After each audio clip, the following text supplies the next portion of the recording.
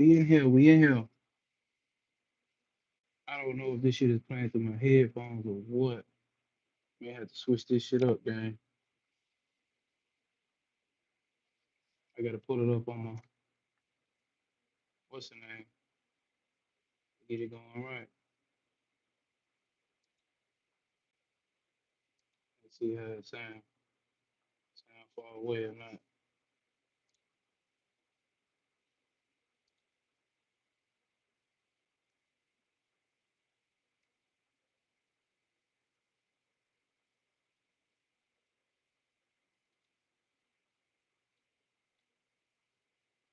What was a flame, my guy?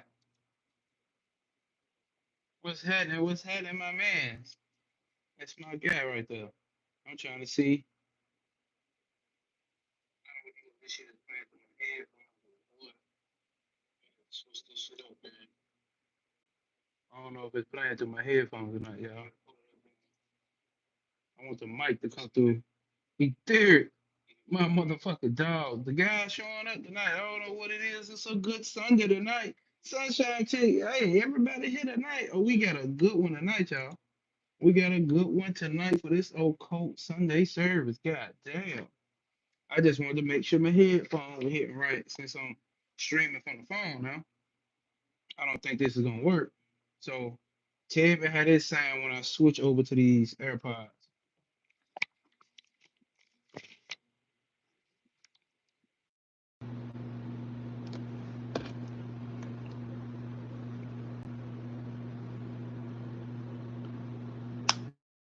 All right, y'all. Tell me how that sound. Do it sound broken up or what? She said might needs adjustment. Let's see. Up or what? Oh, this better? It might need adjustment. Let's see. Up or what? Oh, this better? It might need adjustment. All right. Guess we're gonna run it like this. Guess we're gonna run it like this. Guess we're gonna run it like this. All right, y'all. Give me 1 second. Let me finish doing this. We finna get ready to go on and hop on in it though. So as y'all know, we've been have we've been have reading. We have been reading Jnana Yoga by Swami Vivekananda. For those that's joining and have not grabbed the book, this is it. You can find it all over what they call it, Amazon. Yeah, the ruler of our world, Amazon. So tonight we're going in on the soul. If you've been following my Instagram, if you've been following this channel, especially if you've seen the dark veil lifted, we've been talking about what is the real reality of who the fuck we are, right? And that is what? Pure, unconditioned consciousness. In Jnana, the Jnanis or Jnana Yoga, or Advaita Vedanta, which means non-dual study of the Vedas, or teachings of the Vedas, or school of the Vedic, or Veda, which is quite different from Hinduism. Let's put that out there. This is very quite different from Hinduism. Someone as ignorant as me. Um, okay, bet Rosa Flame. Rosa Flame said I've been on a bunch of Vivekananda lately. His Bhakti is one of my favorite. Yeah, I got the whole four collection, but in the audio version. I don't got the physical book yet. But yeah, I do. What am I talking about? Well, no, I got one of them, Karma Yoga. I got Raja Yoga, and I got Gyang Yoga, and there's one more over there I got. But yeah. So we've been studying, we've been dealing with diving into the non-dual aspect of spirituality, which I haven't seen a spiritual system that actually doesn't bring it to a non-dual aspect. Even like one of their top debated schools, what do we read? Samkhya Darshan. Um, Even though they don't speak about the term God or not or whatnot, they still speak about the Purusha, the soul. You know what I'm saying? So, and it all stems from the Vedas, as far as the word and language that they use to describe these terms in Sanskrit or Hindi, right? I'm a different. Oh yeah. Okay, yeah, I forgot, bro. You been. It's all good though. Karma yoga will if you. Hey, no, karma yoga is a motherfucker, bro. Karma yoga is a motherfucker. I think I read something from that on the last live stream that I'm supposed to do the second half of because the Wi-Fi kept going out. But so we studying from a non-dual aspect, and I did my research and found out what they call consciousness is actually what we in occultism call chaos, right? And if you understand what chaos is the substratum of this whole reality, or the ain so far, or the ain so far, right? The triple black darkness, right? So we got a better understanding now because we cross-reference study, just like the OG told us. You can't be sectarian and just stick to one system. You got to bounce around this motherfucker because everything is fragmentalized. And what we get over here in this Eastern understanding is that they had less of a breakup due to the reality of, the European coming through and just smashing shit, taking shit, burning shit, and enslaving everybody. That didn't happen as much as it did with them. They got indoctrinated or whatnot too, but it didn't happen by the time they got to them. Their knowledge was still being pushed around from sage to teacher for at least 5,000 plus years, right? And it's a book that I got on my wait list called From Crete to Egypt, from Egypt to Crete to India, something like that. And in that book is talking about giving the hidden, unknown, the un the very uncommon knowledge about how Egypt and India have this deep connection, right? And I bring that up because there's a lot of people that still just only fuck with the Egyptian shit. So I only care about getting truth and principle, right? So we got some Swami Vivekananda is what we studying under. He one of the enlightened beings. You know what I'm saying? They determine enlightened way different than we determine enlightened. We get to calling ourselves enlightenment just because we found out, oh, we the gods. You know what I'm saying? That ain't good enough to compare to what their standards are. And I'm not saying you can compare yourself to that or not, but what they saying makes fucking sense to me. So he was an enlightened being. His teacher was also Sri Ramakrishna. I like showing y'all the book so you can get them on your own. I'm not about withholding information, and I know that it can help somebody. So this is gonna be one of my next studies, the Gospel of Sri Ramakrishna. So if you know about Rama and you know about Krishna, so this was his name. He was one of them teachers, one of them motherfuckers, like on some Buddha type shit, or what they consider him as an avatar for Lord Krishna. All of them consider Sri Ramakrishna as an avatar for Sri Ramakrishna. I mean, an avatar for Krishna. The way, and if you hear about the teachings, and I read some of that just not thoroughly through. If you read some of the shit and hear some of the stories they got about them, I know y'all just tapping in, but please hit that like button, y'all. Y'all know how they do it, nigga. Y'all know how they do it, nigga. Hold up. We put that cosmic P up back there.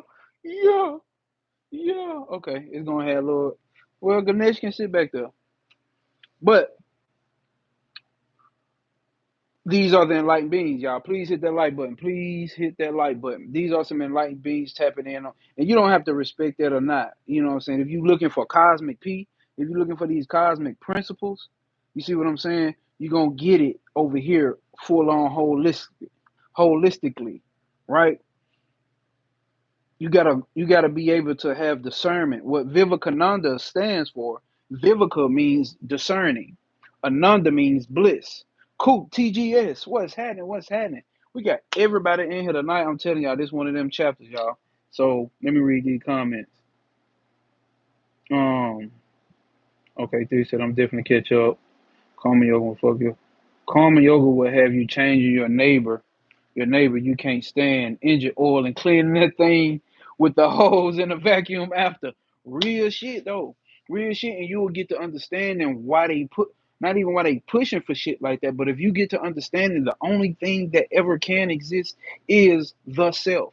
See, we got confused with knowledge of self means knowing where your ancestors came from, or just knowing your astrology, or just knowing your tarot cards. Like that ain't or just knowing your ancient ritual system that you come from, that you feel like the white man stole from you. That's not, that's relative, that's useful, and it can be appropriate. But that's not what they mean when they say knowledge of thyself, know thyself. It's know the self. And what they call the Atman, what they call Brahman, what they call God, what they call consciousness, all of that is called consciousness. And that is the true self. They call that the self. So it's knowledge of the self, knowledge of the ultimate reality. They call the ultimate reality consciousness. So what does that mean? When we say we coming in and out of consciousness? Nope.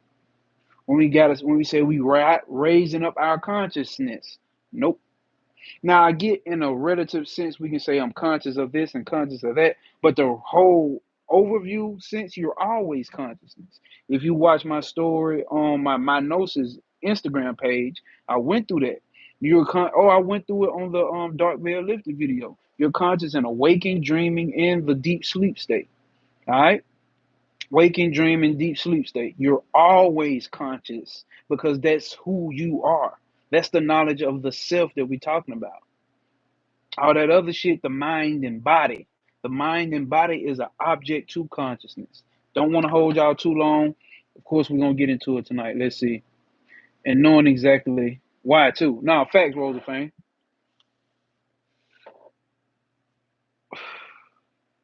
He said, bet, I've been going to this Christian about Vegeta meeting. Oh, okay, bet. And like I like to say, bro, what I do for myself and what I'm going to obviously tell everybody to do too as well. When you step into that motherfucker, always come. And I know you open minded anyway, but I'm just saying for those that come back and watch or listening, always step into a pure awareness state. Just be observatory. Obviously, learn something, get something for the mind too. But obviously, learn something, but also step into that motherfucker with understanding, like, because what I'm doing through this, I'm understanding their tradition as well as their way of life.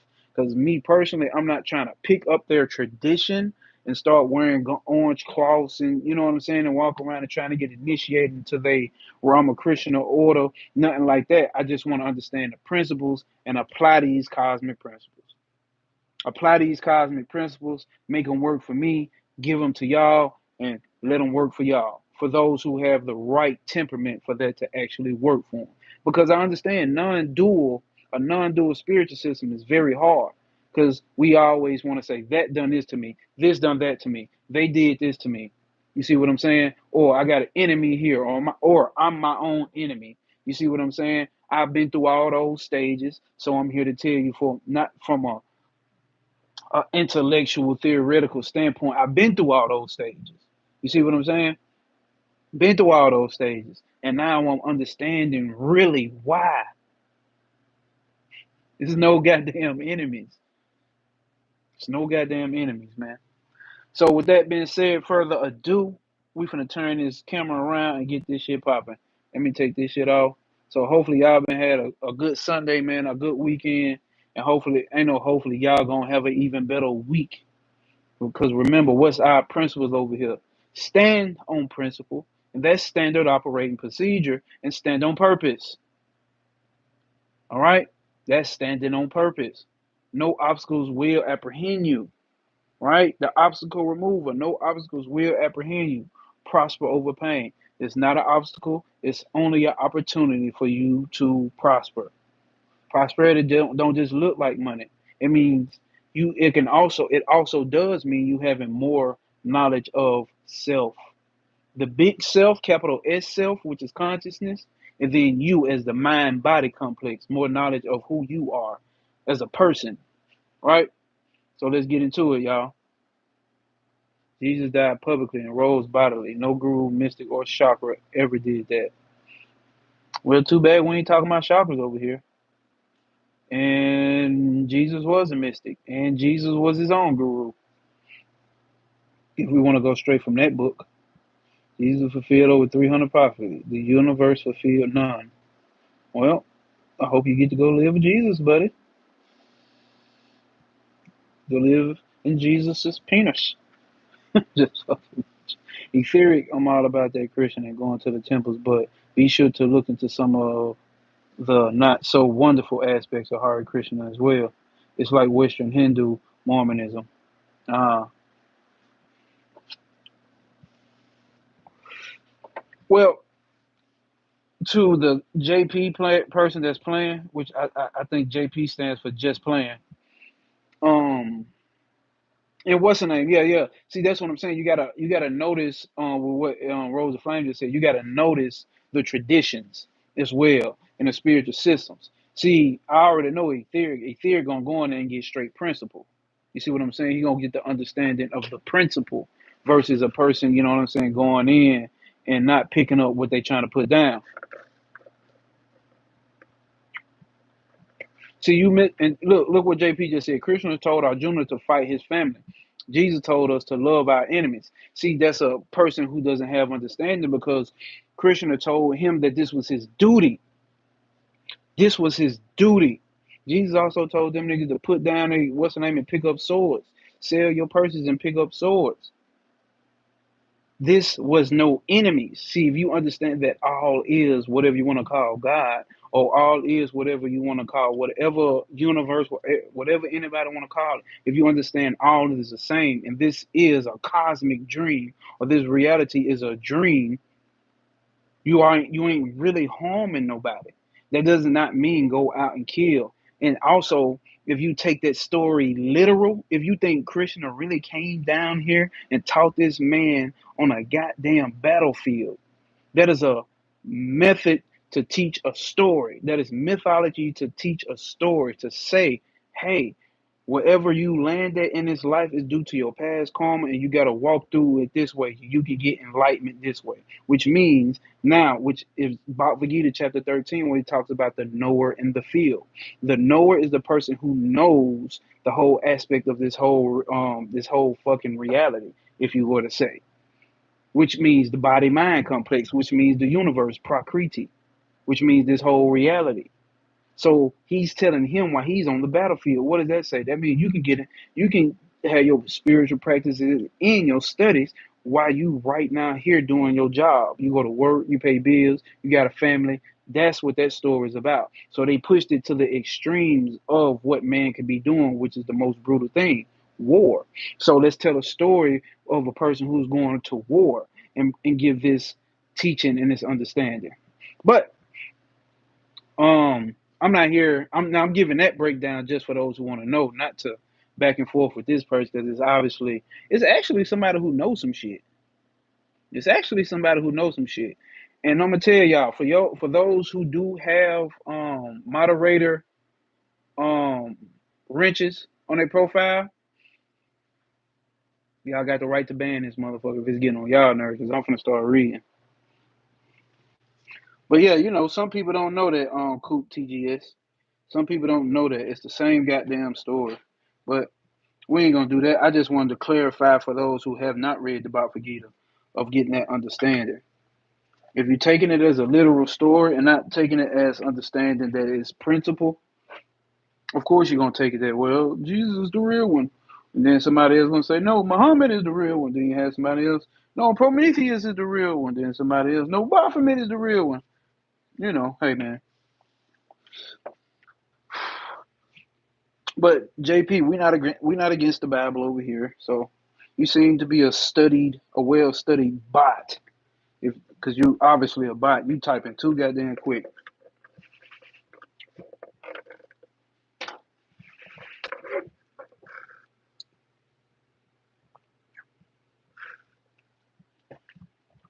So let's see how we doing. All right, y'all.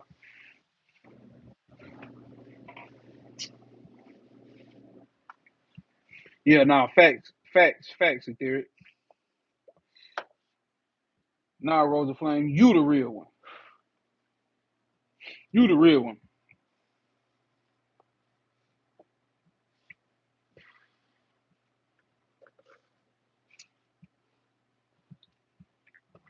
JP, you got two more comments, then your ass up out of here. If you want, all you got to do is tell everybody you want them to come to your page, and y'all can have Bible study.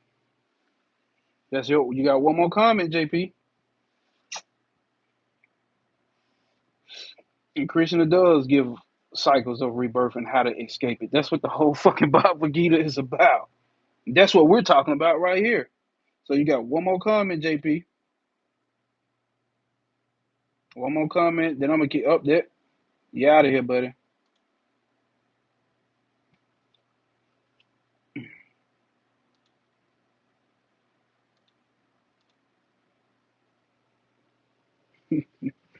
JP's out of here. Let's get it going. Womp womp womp.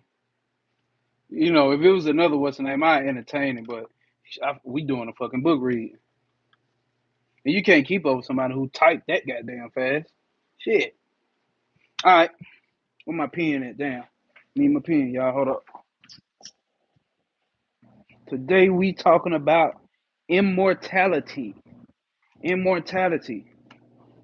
Well, JP had a point. Reincarnation, getting caught up in reincarnation and no escape.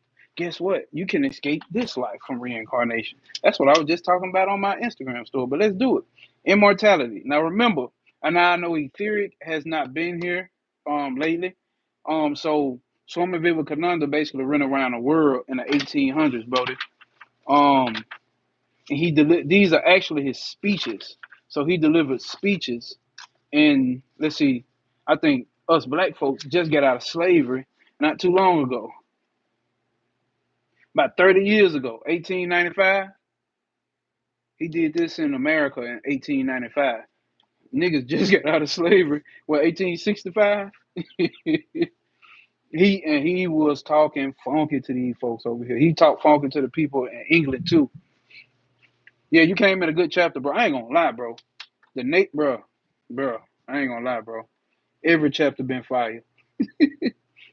Every chapter been fire, bro. But let's go on and get into it, though. All right. So yeah, you came at a good time. Let me hit this juice. I got a little slush here from the quick trip. All right, immortality. What question has been pondered on a greater number of times? What idea has led me and more to search the universe for an answer? What question is more inseparably connected with our existence than this one? The immortality of the human soul. It has been the theme of poets and sages, of priests and prophets. Kings on the throne have discussed it. Beggars have discussed it. Beggars in the street have dreamt of it. The best of humanity have approached it, and the worst of men have hoped for it. The interest in the theme has not died yet, nor will it die as long as human nature exists. Various answers have been presented to the world by various minds. Thousands, again, in every period of history have given up this discussion. And yet the question remains fresh as ever. Often in the turmoil and struggle of our lives, we seem to forget it. But suddenly someone dies. One. What? Someone dies one. Someone dies one. I don't know what that means. But suddenly someone dies one. Okay. Perhaps whom we love, one whom we love, someone dies. One perhaps who we loved. They should have fixed that up. One perhaps who we love, one near and dear to our hearts, is snatched away from us in the struggle, the din, in the turmoil of the world around us cease for a moment, and the soul asks the old question: what after this? What becomes of the soul? That right there is what led me to the occult. Y'all have heard my story a million times, but that's what led me to the occult. Death. Why? What is the point? Where do we go? I used to be scared of going to heaven. I'm like, man, that shit is gonna be boring. What the fuck is that, man? That's scary, man. We're gonna be doing nothing? Well, let's get into it. All human knowledge proceeds out of experience. We cannot know anything except by experience. That's what I was just talking about on my story. And what does experiences happen, y'all? Experiences happen only in your mind. If your life is nothing but not nothing, but it is an experience, what does that say? Your life happens only in your mind. All our reasoning is based upon generalized experience. So we generalize in our experience.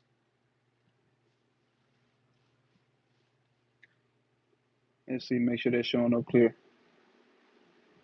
All of our knowledge is but harmonized. All of our knowledge is but harmonized experience. Looking around us, what do we find? A continuous change. The plant comes out of the seed, grows into a tree. Listen to this. Listen to this. All of our knowledge is but harmonized experience. Looking around us, what do we find? A continuous change. The plant comes out of the seed, grows into the tree, completes the cycle, and comes back to the seed. The animal is born, lives a certain time, dies, and completes the circle. So does man. The mountains slowly but surely crumble away. The rivers slowly but surely dry up. Rain comes out of the sea and goes back into the sea. Everywhere, cycles are being completed: birth, growth, development, and decay, following each other with mathematical precision. This is our everyday experience. Inside it all, behind all this vast mass of what we call life, of millions of forms and shapes, millions upon millions of varieties, from the lowest atom to the highest spiritual man, we find existing a certain unity. See, listen, y'all. Remember he had diversity and unity? He got a word play going on here. So he's giving you all these diverse situations. But what's the common thing about things growing and dying, and the rivers drying up, the mountains crumbling, animals being born, trees being birthed and dying? The common theme here is the cycle. So we find a existing certain unity amongst all of these different things. Everything, see, this is what we're saying here, because this is where you find the unity in it. Everything is going through the same thing, not just humans. Not just humans. Yeah, we all the same. We all get buried in a box. We all gotta die. Yeah, that includes every fucking thing that exists on this planet, or that we identify as existence. Everything, not even on this planet, in the universe, the galaxy, the cosmos. Every day we find that the walls that we were taught to hold up. Every day we find that the walls that were taught to divide one thing from another are being broken down. The one life, damn, the one life which is coming to be recognized by modern science as one substance. Listen, the one life which is coming to be recognized by modern science as one substance, manifesting itself in different ways in various forms, run through all like a continuous chain. Of all of these various forms represents the links, link after link extending almost infinitely, but of the same one chain. This is what is called evolution. It is an old, old idea, as old as human society. Only it is getting fresher and fresher as human knowledge progresses. There is one thing more, which the ancients perceive, but which in modern time is not yet so clearly perceived. Wonder what is it? And that is involution. The seed becomes the plant, a grain of sand never becomes a plant. Listen, the seed becomes a plant. A grain of sand never becomes a plant. It is the father that becomes a child. Here it is. It is the father that becomes a child. A lump of clay. Hold up. A lump of clay. Hold up, y'all. My shit ain't even.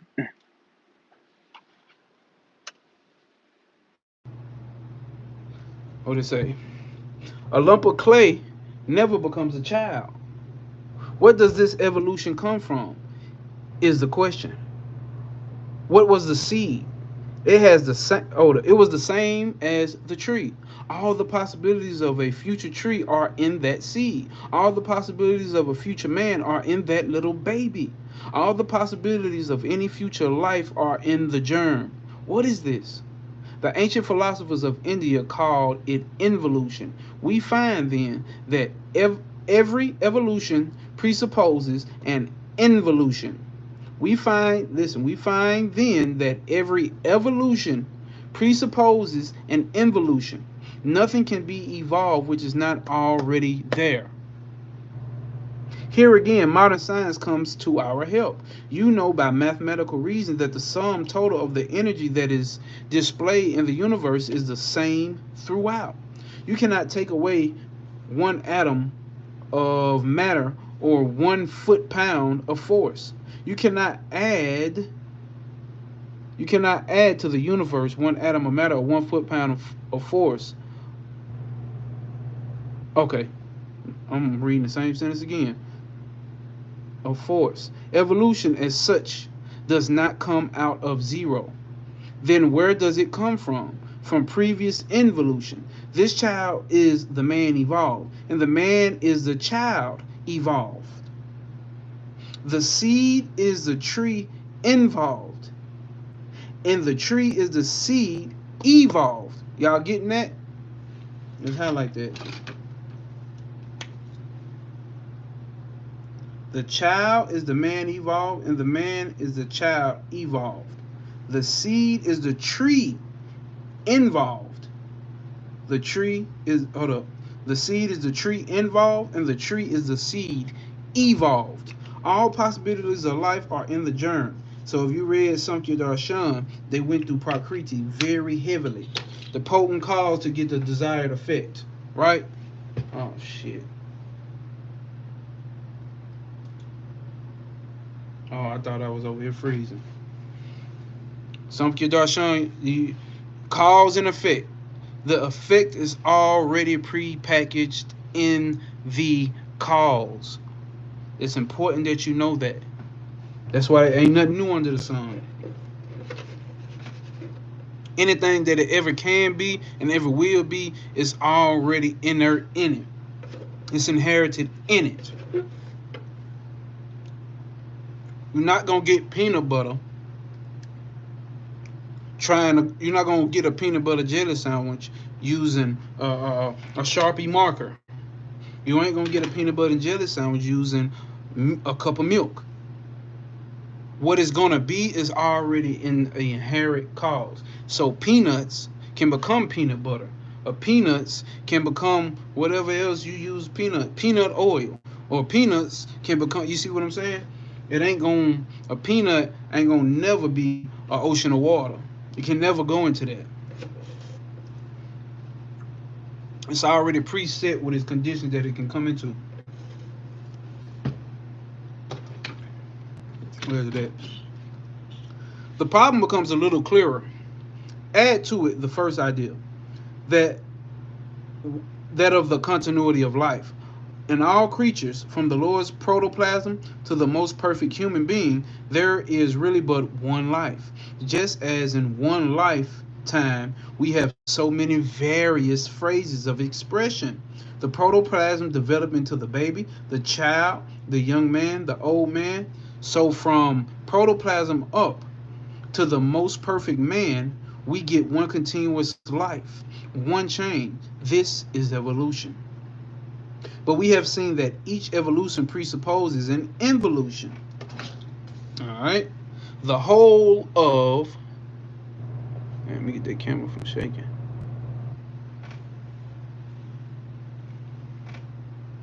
The whole of this life, which slowly manifests itself, evolves from the lowest protoplasm to the perfected human being.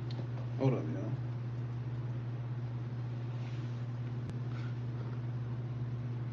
The whole of this life, which slowly manifests itself, evolves from the lowest protoplasm to the perfected human being, the incarnation of God on earth. The whole of this series is but one life, and the whole of this manifestation must have been involved in the very protoplasm. This whole series ending in the God man, who evolved. Hold up, let's read that again. This whole series ending in the God man was involved in it and slowly came out, manifesting itself slowly, slowly, slowly. The perfect man must have been there in the germ state, in minute form.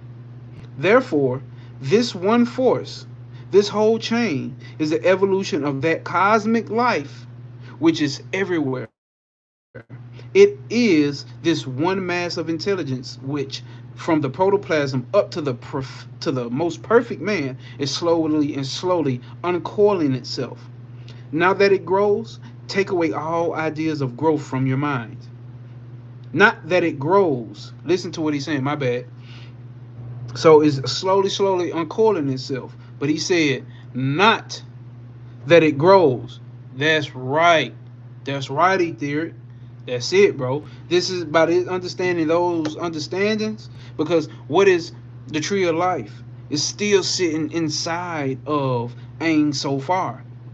It never really produced anything outside of it. It's not out. The tree of life is not outside of the triple black darkness. It's not growing into something. It's still within it.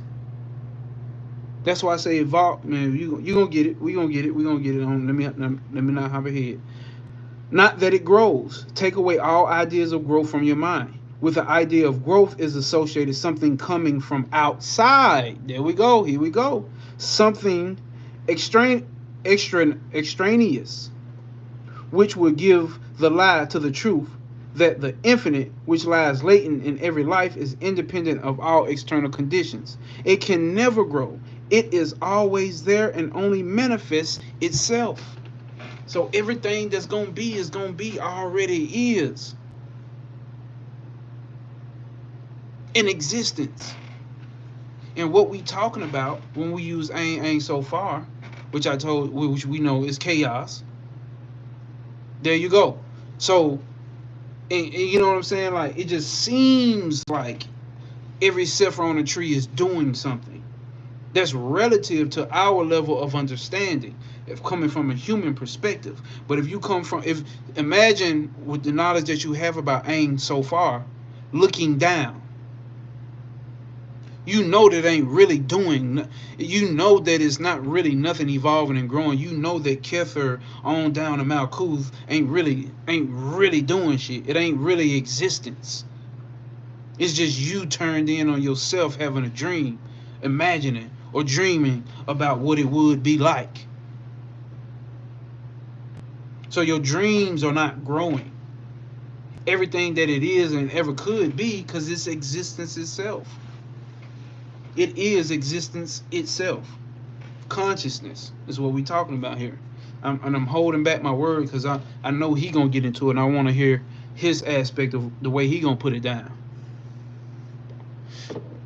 Peace, Asaja. Peace, peace, peace. Okay, let's see. It can never grow. It is always there and only manifests itself. And so far as only manifesting itself. You are, remember, although we cannot reach the unmanifest, don't think for a second that we are outside of his range of influence. The great Dion Fortune said that. Let's see.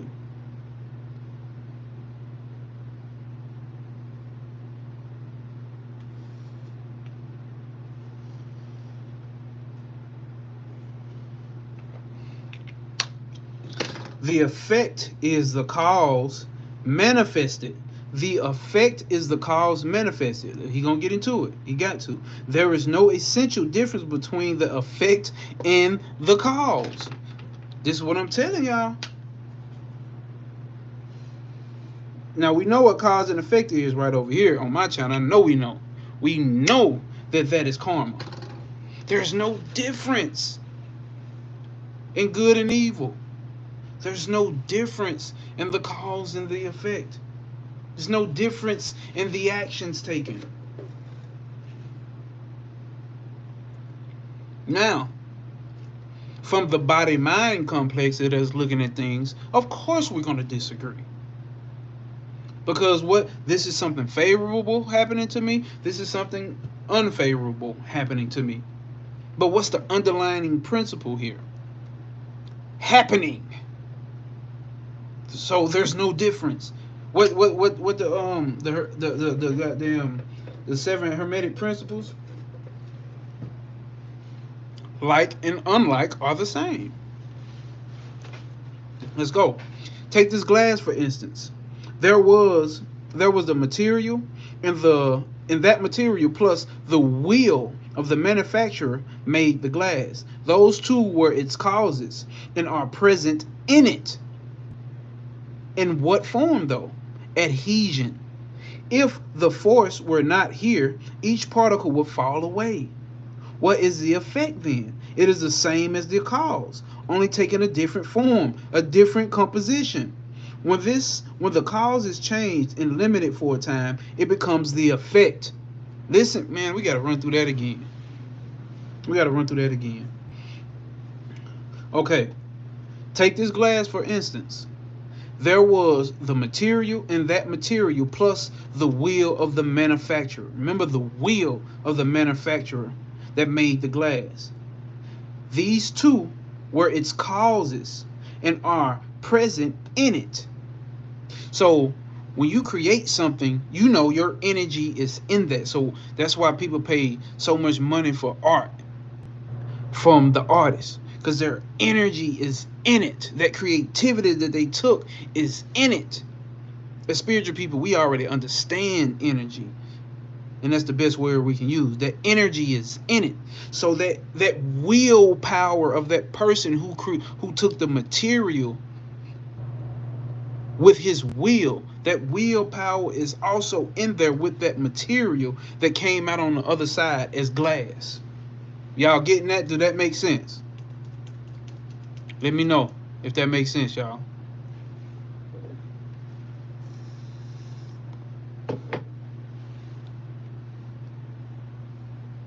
I want to make sure I'm clarifying and make sure that was clear. Somebody let me know in the chat. Yeah, that's right. Karma predestination. Damn, somebody let me know. Was that clear? Or is that still confusing? Please don't be afraid to say no. Because if it ain't, like say, you know what I'm saying? Okay, Derek said yes. Alright.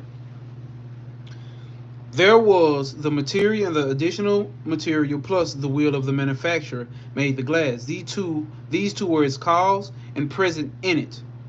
In what form? Adhesion. Okay. Rosa Flame said yes. If the force were not here, each particle would fall away. What is the effect then? It is the same as the cause, only taking a different form, a different composition. When the cause is changed and limited for a time, it becomes the effect. Is that not what Prakriti does? Is that not what Bina does? Right?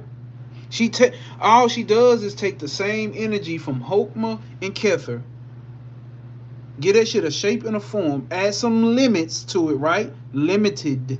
Add limits to that energy, and it comes out as an object. It comes out as this whole manifest reality with limits. That's why I tell you, the universe ain't unlimited. The universe is limited. And we understand the universal mind, which means the mind is limited. It was already hidden there. The mind is limited. Consciousness is not limited, because the universe exists in consciousness, right?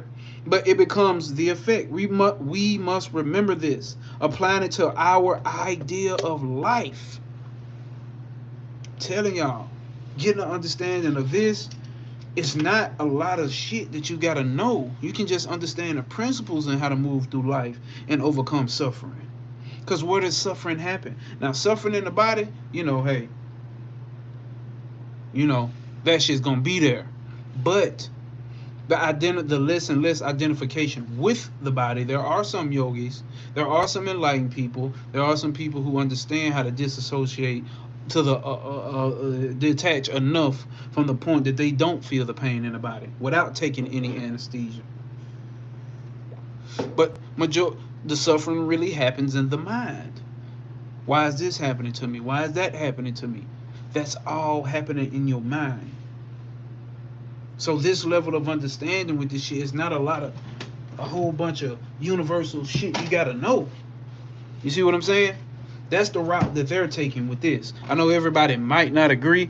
It's just my understanding of it, like, and how I've been moving with my mind. This shit aligns right up with the type of shit that I've been on.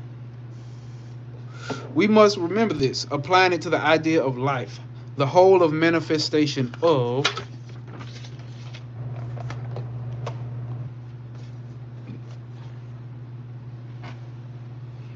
I want to make sure it's showing good enough on the screen. Okay.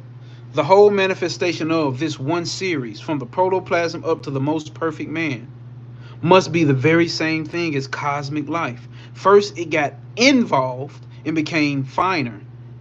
And out of that fine something, which was the cause, it has gone on evolving, manifesting itself and becoming grosser. So we understand grosser means more dense. It don't mean nasty. You can say that if you want to. The human is nasty. But the question of immortality is not yet settled. Okay. We have seen that everything in this universe is indestructible. What do we know? Energy can't die, only be transformed. There is nothing new. There will be nothing new. You did? Damn, I fucked that up. But there is nothing new. And there will be nothing new. Just maybe different variations of the same goddamn thing. There will be nothing new. Here we go. He's finna say it. The same series of manifestations are presenting themselves alternately. So no matter what we did, like they gotta give us, see that, you know how reality is. They gotta give us the illusion that we are evolving with technology. They do a great job at giving us the illusion that we are evolving with technology. What book was that spoke about, like, the human man is done evolving? The next stage of evolving is the mind. If anything is evolving, it's the mind. And if you ask me, it's this type of knowledge, that non-dual shit. We've went through ages and ages. We went through ages and ages of duality. But you know, most recent history that we can track, right? Because this motherfucker, this planet always been here, and humans always been here. So the most recent ages that we can track, what these ages happen, and new cycles come in, right? The last ages have all been about duality, God, the devil. And the God and devil give rise to somebody doing something to me. I'm right, they wrong. This is me, that's not me. But let me not go too far. There is nothing new. There is nothing new, and there will be nothing new. The same series of manifestations are presenting themselves alternately, as if on a wheel, coming up and going down. All motion in this universe is the form of waves, successively rising and falling. Systems after system are coming out. Systems after systems are coming out of fine forms, evolving themselves and taking grosser forms. Again, melting down, as it were, and going back to the fine forms. So what's this new system that's evolving, or that's popping out of, that's coming out of with this AI? Is it humans? These robots and shit? Is it humans?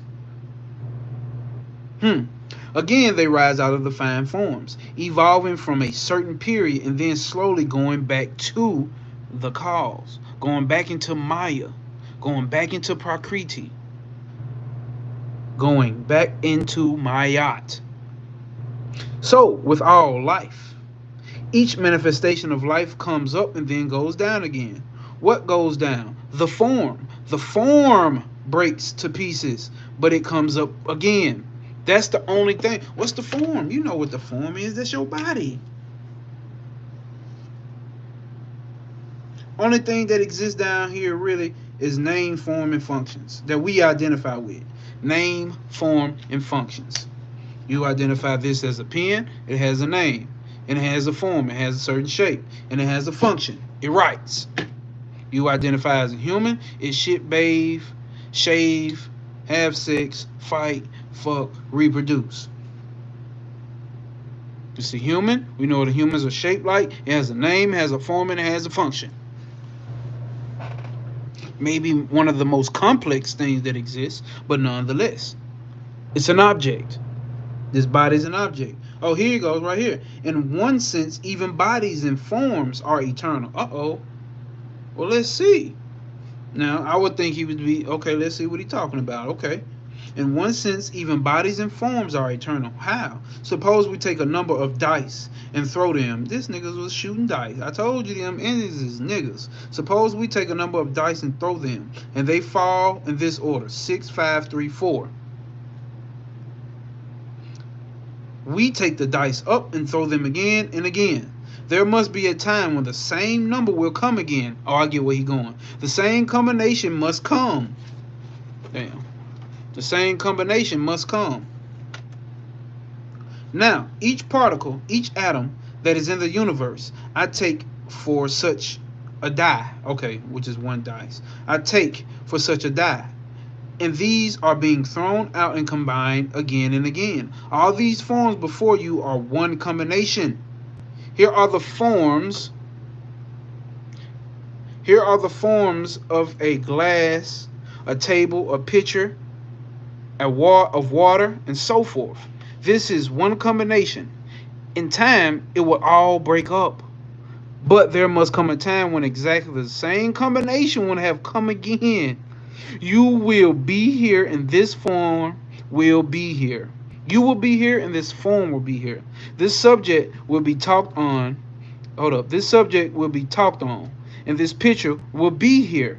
An infinite number of times this has been repeated. And an infinite number of times this will be repeated. Thus, so far as the physical forms are concerned, what do we find?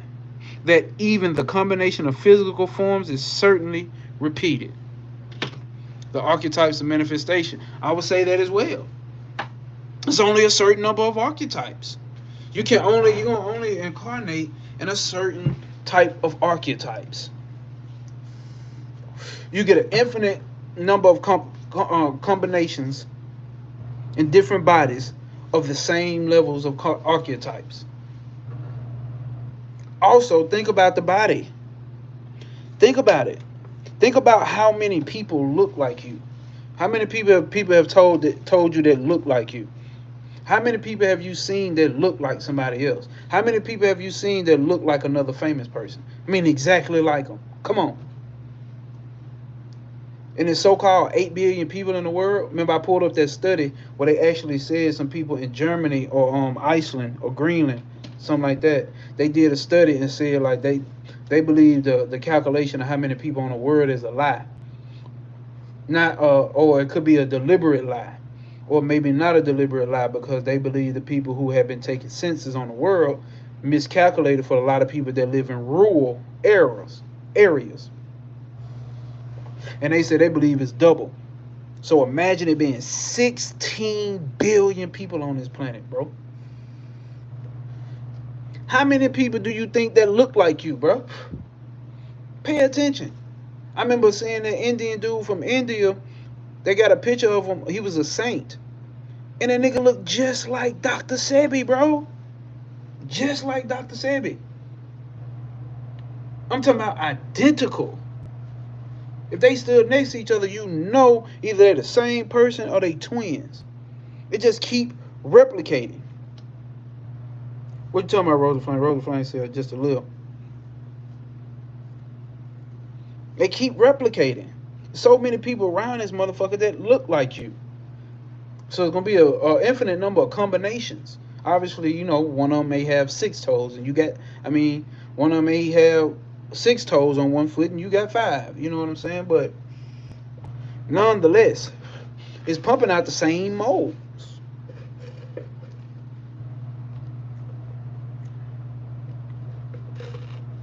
Mm. But I bet if we put your face up to to a global database, Rose of Flames, it's gonna be scary how many people that look like you.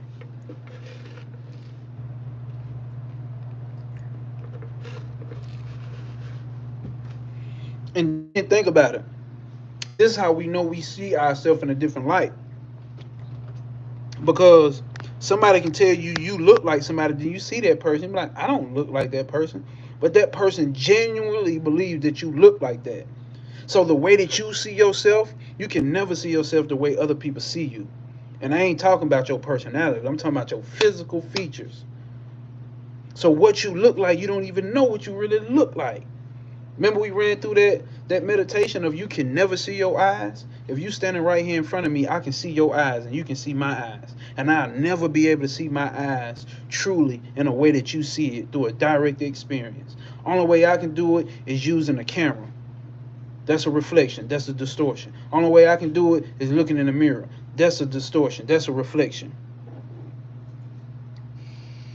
That shit really crazy, ain't it, Rosa Flame? You really don't even know your own face. And we over here talking about me, mine's. Well, I am, and I'm not, and I am. Bro, you don't even know what you look like for real, bro. Talking to self as well. We don't even know what the fuck we look like for real. And all this personal identification we take up with this body and mind. Hey, dude, they say you look like Tory. Free Tory. Just because he look like he theory. Free him. And I bet you don't. I bet in theory you don't even see that shit. Like, man, I don't look like that, nigga. What the fuck? Hell no. And I got told, especially when I let my beard grow and be out napping and shit, I get told I look like one of the Marleys off of Shadow, the light skinned Marley off of Shadow. I ain't got told that shit so many goddamn times. It's insane. All right. Infinite. That even the okay, let's start on an infinite number of times this has been repeated, and an infinite number of times this will be repeated. So even us going through this enlightenment, bro, spiritual path, spiritual search, it's infinite. It has been happening, and it's gonna keep fucking happening. That's why I always kept saying, bro, ain't nothing else to do for chaos, or if you want to call it God. Which I tell y'all, I don't think that's the right name to call it, because I think it limits what the fuck we actually talking about. Or this universe, or this cosmos, or this, whatever people want to call it, source. I'm not making fun of it, I'm just trying to get all the names. Or the divine source, or the divine universe, whatever you want to call it. It's nothing else for it to do but this. It's nothing else to do but this. What is this? Existence itself. There's nothing else to do, bruh.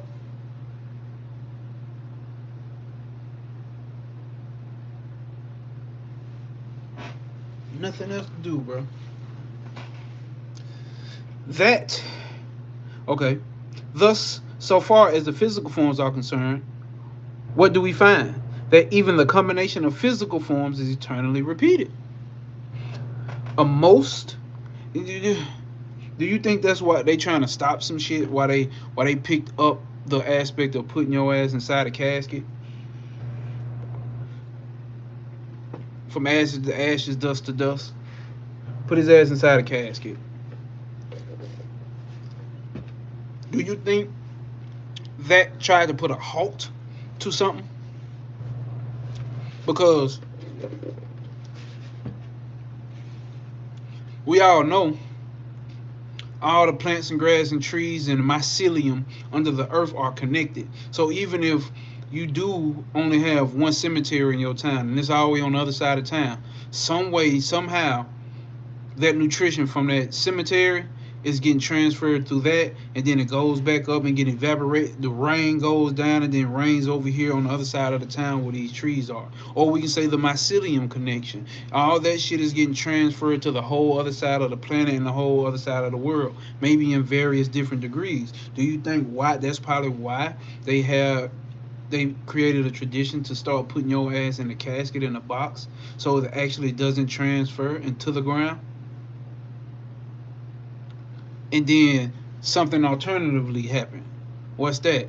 Now motherfuckers is rebirthing through. Now ain't maybe it's not enough bodies, or maybe it is. Now motherfuckers rebirthing back through fucking animals and shit. Reincarnating straight from animals. Motherfuckers like, fuck it, I need to get back into the world. I'm gonna hop in this animal body real quick. I may live by like 12 years, dog years, and then next after that, hopefully I'll be able to hop in me a body. And that's just my theory. That ain't me saying for sure that's what it is.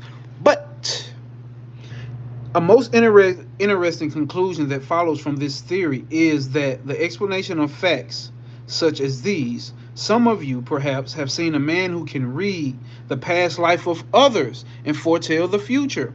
How is it possible for anyone to see the future? How to see what the future will be unless there is a regulated future?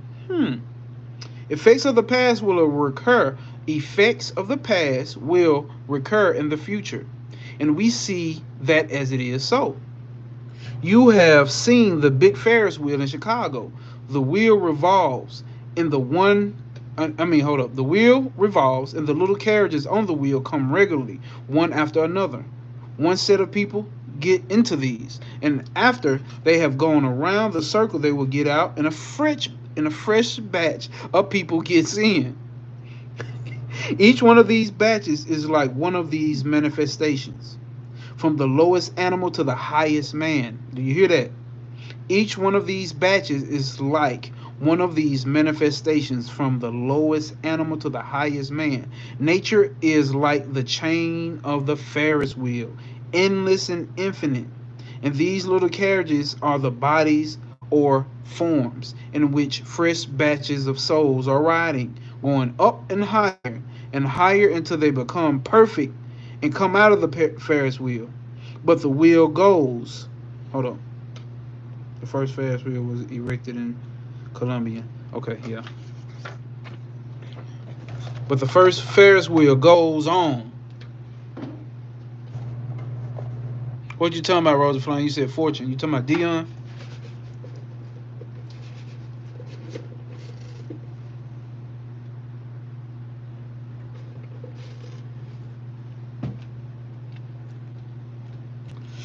But the Ferris wheel goes on.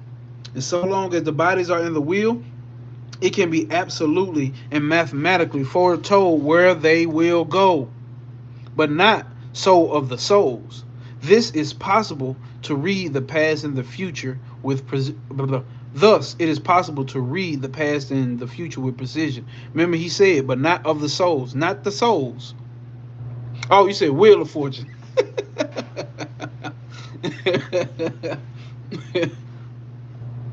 We see then that there is a recurrence of the same material phenomenon at certain periods. Now we're talking about cycles, right? This is how you understand the cycle of Kali Yuga and all of that shit. I forgot the other cycles.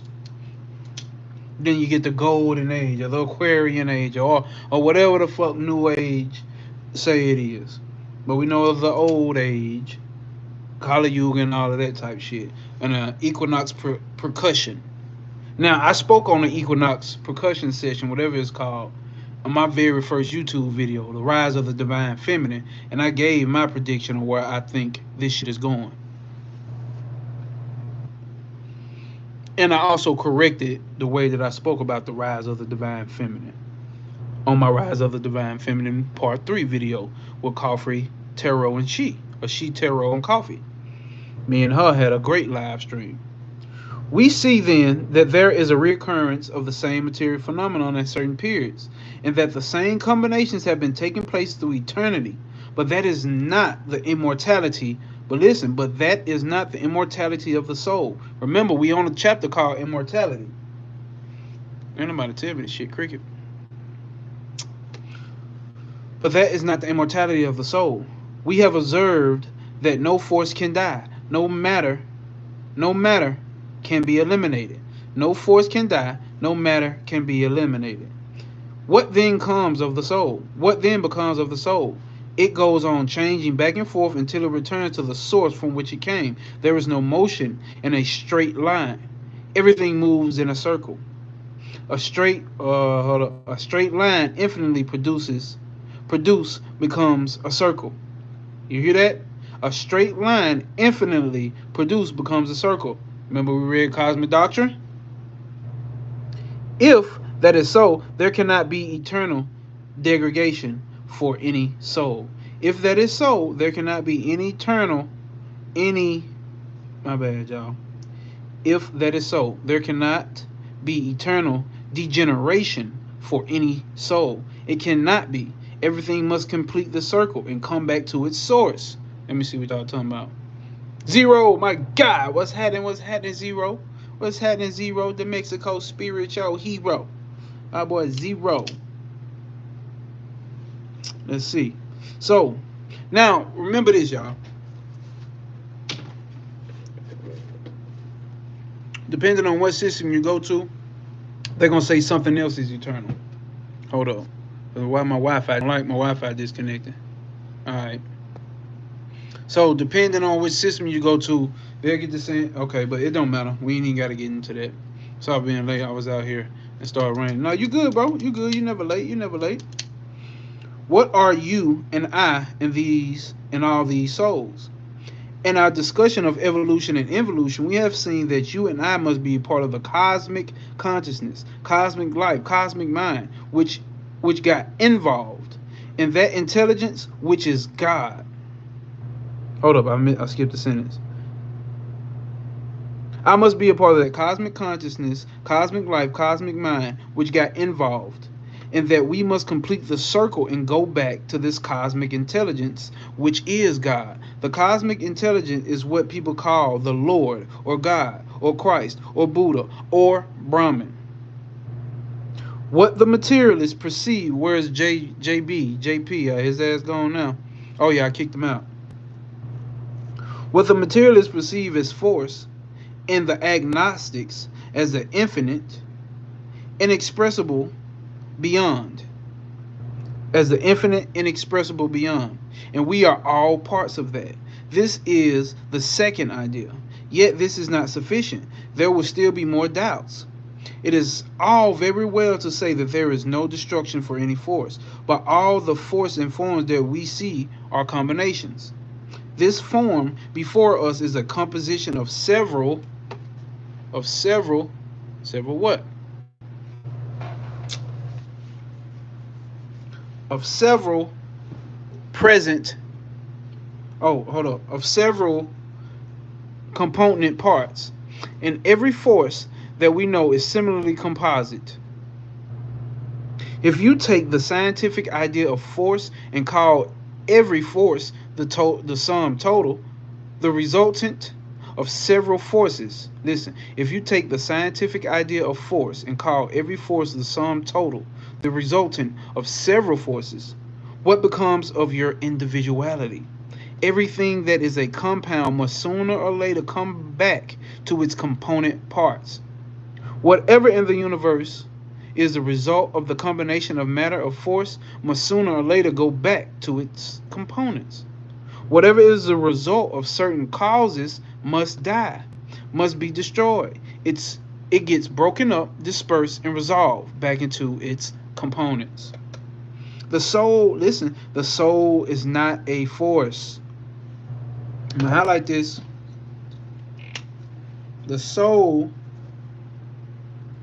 is not a force. Neither is it thought.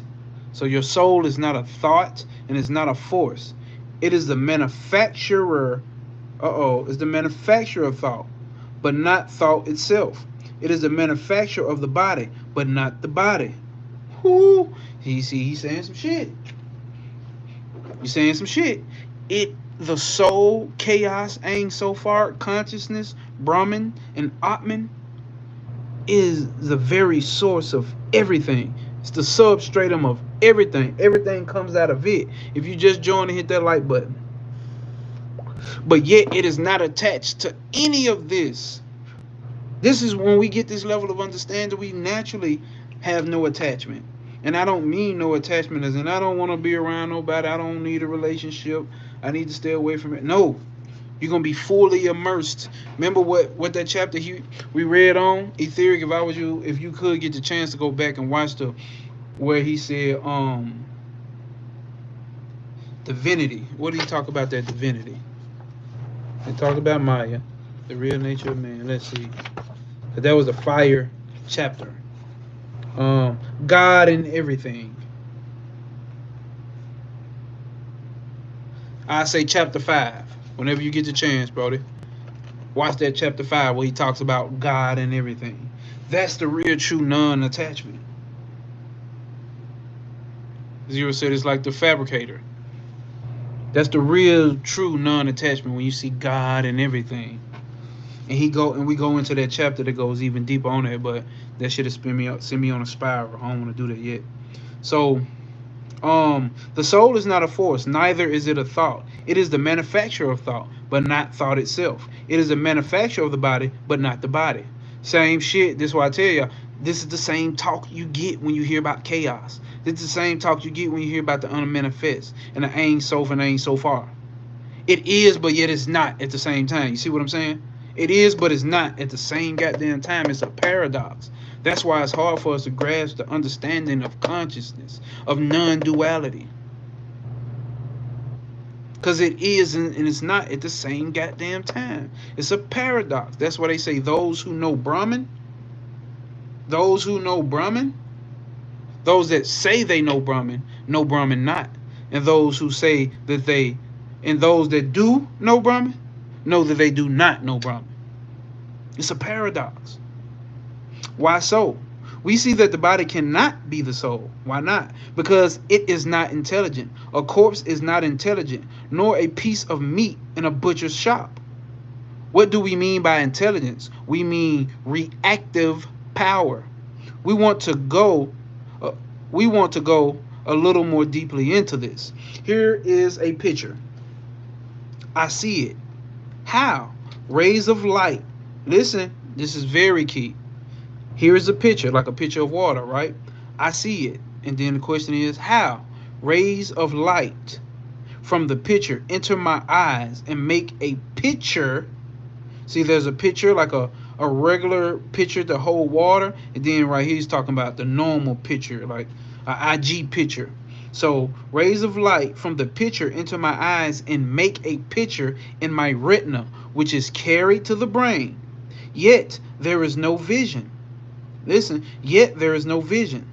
What the physiologists call the sensory nerves carry the impression inward, but up to this point there is no reaction.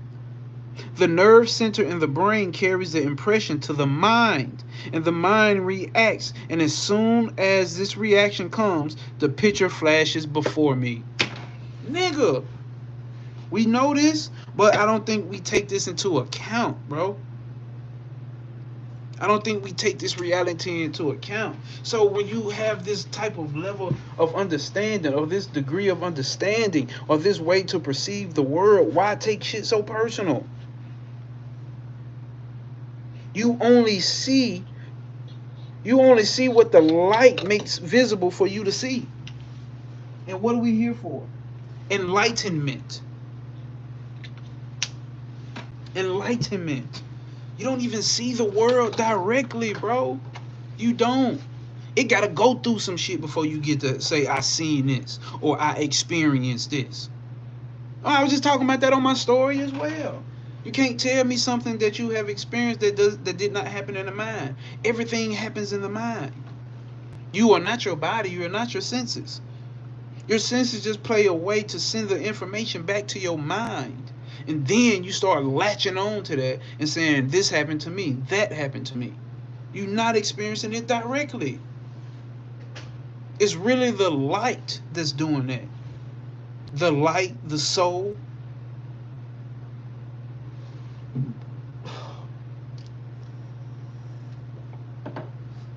Understanding this puts you in a place of non-attachment.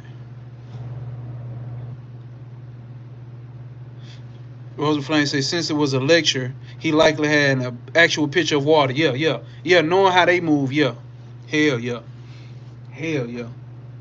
Knowing how they did it back then. Knowing how technically a lecture should be done anyway.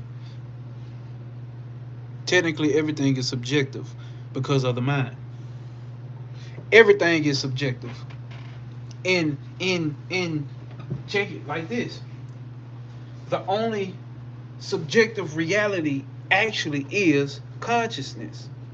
Let's go through this again. And I'm not saying you don't know zero, but just for those that's watching and who ain't never tapped in. Subjectively, you see everything in the world, right? Everything in the world is objects, and you're the subject, right? So then we go into our mind. Our mind, or our eyes, or we can take it to our eyes. Our eyes, we see everything. And then now we see the body. So now the body is an object to the subject, which is the eyes. And we can use all our senses for that. Tasting, touching, smelling, feeling, and seeing, right? So when we say see, we're talking about all the senses. Any way that you can receive information from the external world. Now we can observe the body. And the body is what sends all the information back to the mind. So now, inside the mind, we have all our thoughts, experiences, memories, happinesses, sadness, pain, and pleasures. All of that shit happens in the mind. But there's something that observes the mind. The mind is being observed by what is consciousness. Pure consciousness, because there's also a reflected consciousness. The reflected consciousness lines up with the buddhi. But that's a whole nother topic in store, which I'm pretty sure I'll do a video on. So everything is subjective. Your experience is subjective. And everything that you are experiencing is objective. That includes your personality. That includes your whole life, your trials and tribulations, your struggles, your ups, your downs. All that are objective things that you will observe. The real you. Not you as the person, but you as pure consciousness. Take a more commonplace example. Suppose you are listening to me intentionally, and a mosquito is sitting on the tip of your nose and giving you that pleasant... Hold on. Alright. And giving you that pleasant sensation which mosquitoes alone can give. But you are so intent on hearing me that you don't feel the mosquito at all. What has happened? The mosquito has bitten a certain part of your skin, and certain nerves are there. They have carried a certain sensation to the brain, and the impression is there. But the mind, being otherwise occupied, does not react. So you are not aware of the presence of the mosquito. When a new impression comes, if the mind does not react, we shall not be conscious of it. But when the reaction comes, we feel, we see, we hear, and so forth. With this reaction comes illumination, as the Samkhya philosophers call it. We see that the body cannot illumine, because in the absence of attention, no sensation is possible. This is what the Samkhya talks about with Purusha. Prakriti is insentient. Purusha is sentient. Prakriti has no mind. Purusha is the mind. They come together. Now, in this system we're studying, they don't put it like that. They say Prakriti and Purusha are actually one. They're not two separate things that need to come together.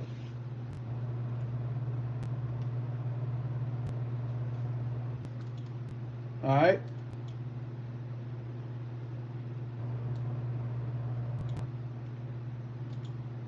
Hold up.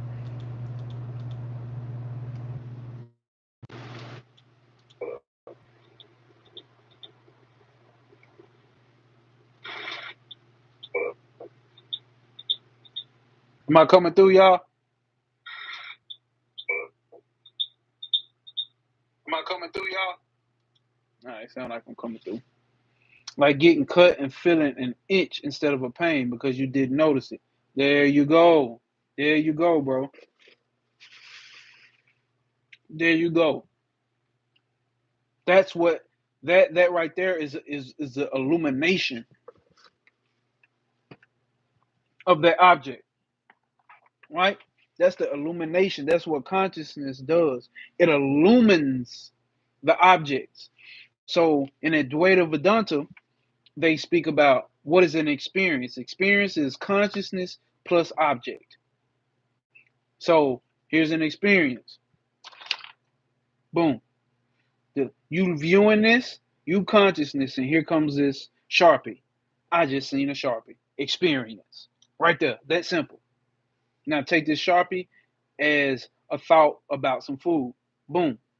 Damn, it'll be good as hell to have a piece of pizza right now with that cheese dripping down and some of that garlic butter on it and this and this and this and that. Boom, that's an experience. As a thought, or it can be an actual experience when you taste and touch and feel the pizza and eat the pizza and have the sensation of the pizza. That's an object. Now let's take it to another level. Boom. Here comes it. Here consciousness again, and here comes that mosquitoes that sit down and bit your nose. Or consciousness again. Here comes your whole life existence, from birth to death. It pops up and leaves out. Pops up, leaves out. Of direct or technically, it don't leave out of consciousness. This is a terrible example, but hopefully y'all get what the fuck I'm trying to say. Because it never actually leaves out of consciousness. So death happens in consciousness as well.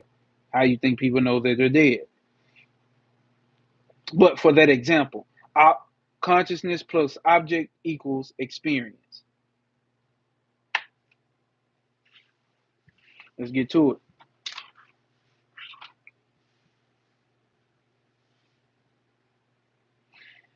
Gases, hold on. Oh, cases. Yeah, cases have been known where under particular conditions, a man who had never learned a particular language was found able to speak it. Who had never learned a particular language was found able to speak it. Subsequent inquiries proved that the man had, when a boy, lived among people who spoke that language, and the impressions were left on his brain. This is what I'm telling y'all. This is why it's so important to have the right mental impressions. Sometimes we fill our head up, especially over in the spiritual community, we fill our head up in so much shit that we gotta know. That's why I focus on the principles. That's why I focus on the principles to lock in and get the principles understood. I don't know everything about astrology. Don't know everything about food. Don't know everything about health. Don't know everything about the Kabbalah. But God damn it, I understand the motherfucking principles. So I'll still be able to connect the dots with hearing this and this and that. I don't know everything about tarot, but I understand the principle. That's why this is cosmic P over here. Cosmic principle. The principle that make the cosmos even exist itself. That's consciousness. That's why I'm calling this the ultimate P now. This is the ultimate P. Ain't nothing bigger than this P. What Zero just dropped that big P on him.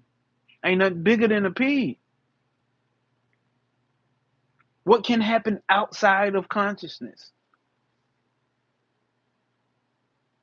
No matter what you think about, well, can a zebra hold a Glock 40 and shoot the sun in his face?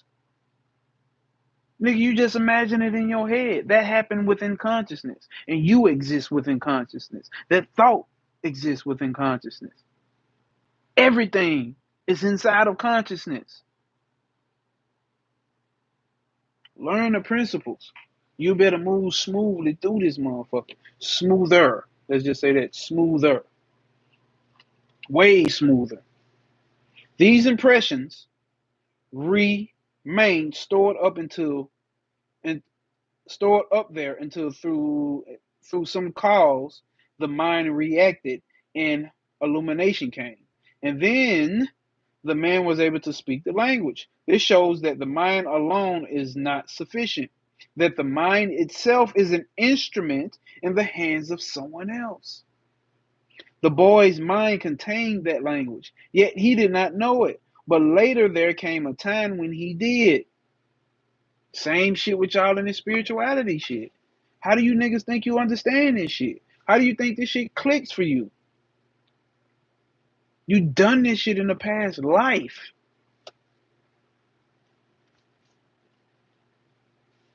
The boy's mind contained that language, yet he did not know it. But later then came a time when he did. It shows that there is someone besides the mind.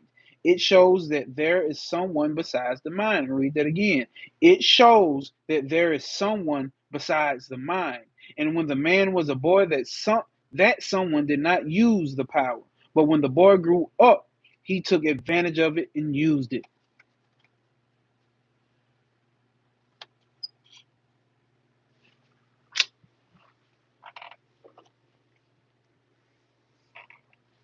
First, here is the body. Second, the mind or instrument of thought, which they call the antakarana, right? The mind, the ego, and the intellect, right?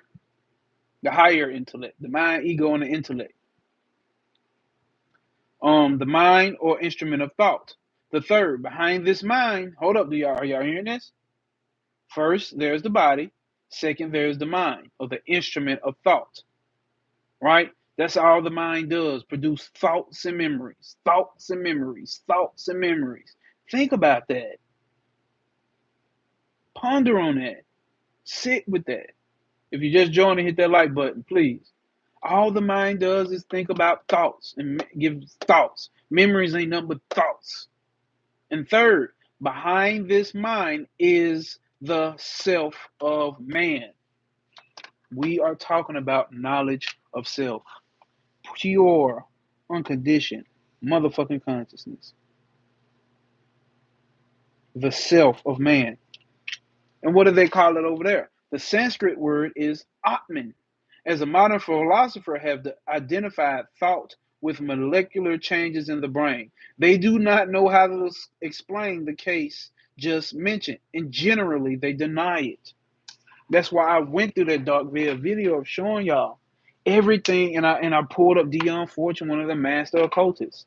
They are here to conquer dense matter and create a concrete mind. A concrete mind. The mind don't do nothing but produce thoughts and memories.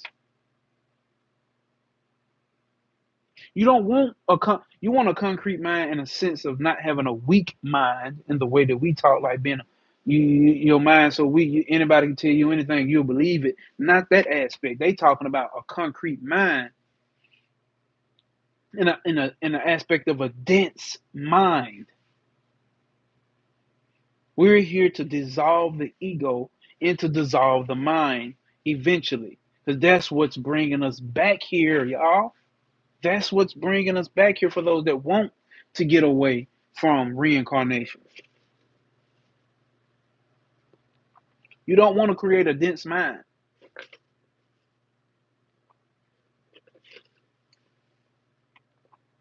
or a concrete mind. You want your mind to be strong but fluid, adaptable. You want an adaptable mind.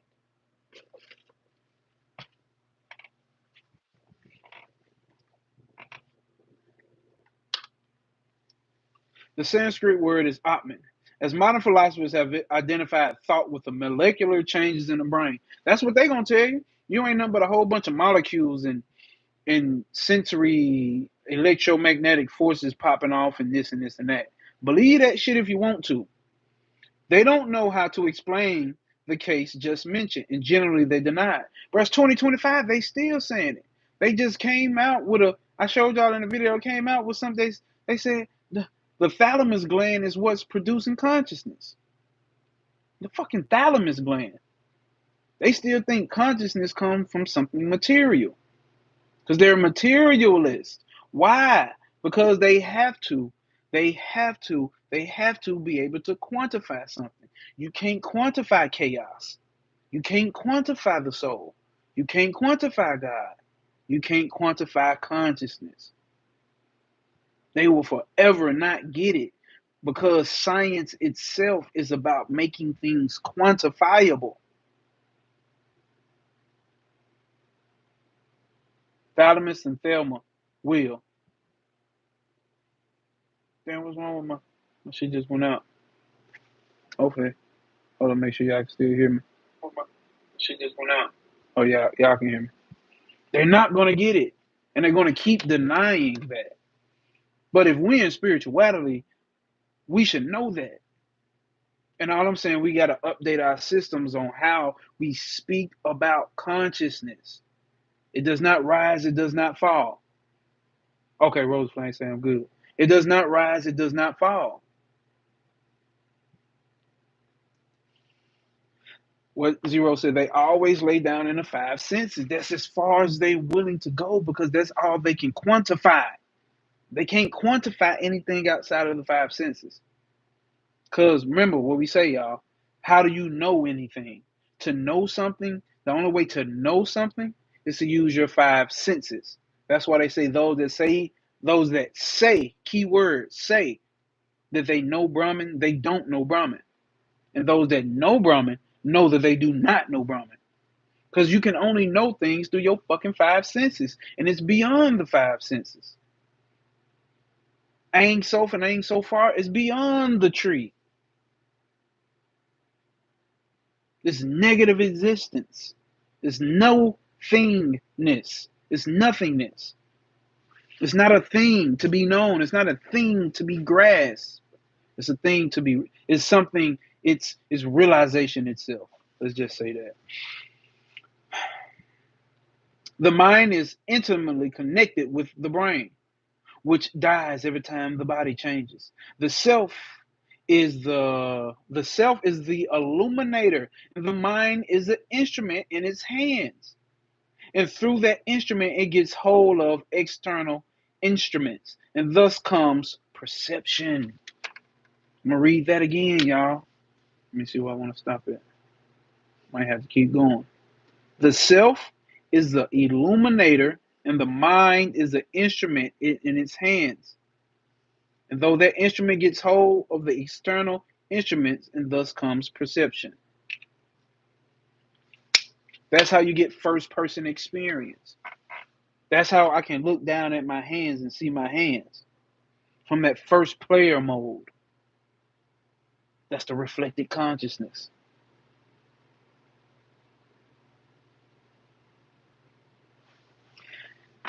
The external instruments get hold of the impressions and carry them to the organs. For you must remember always that the eyes and ears are only receivers. It is the internal organs, the nerve centers that act, right or wrong. Right or wrong.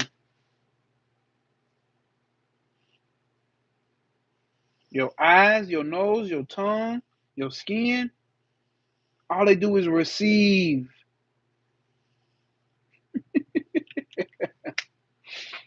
All they do is receive.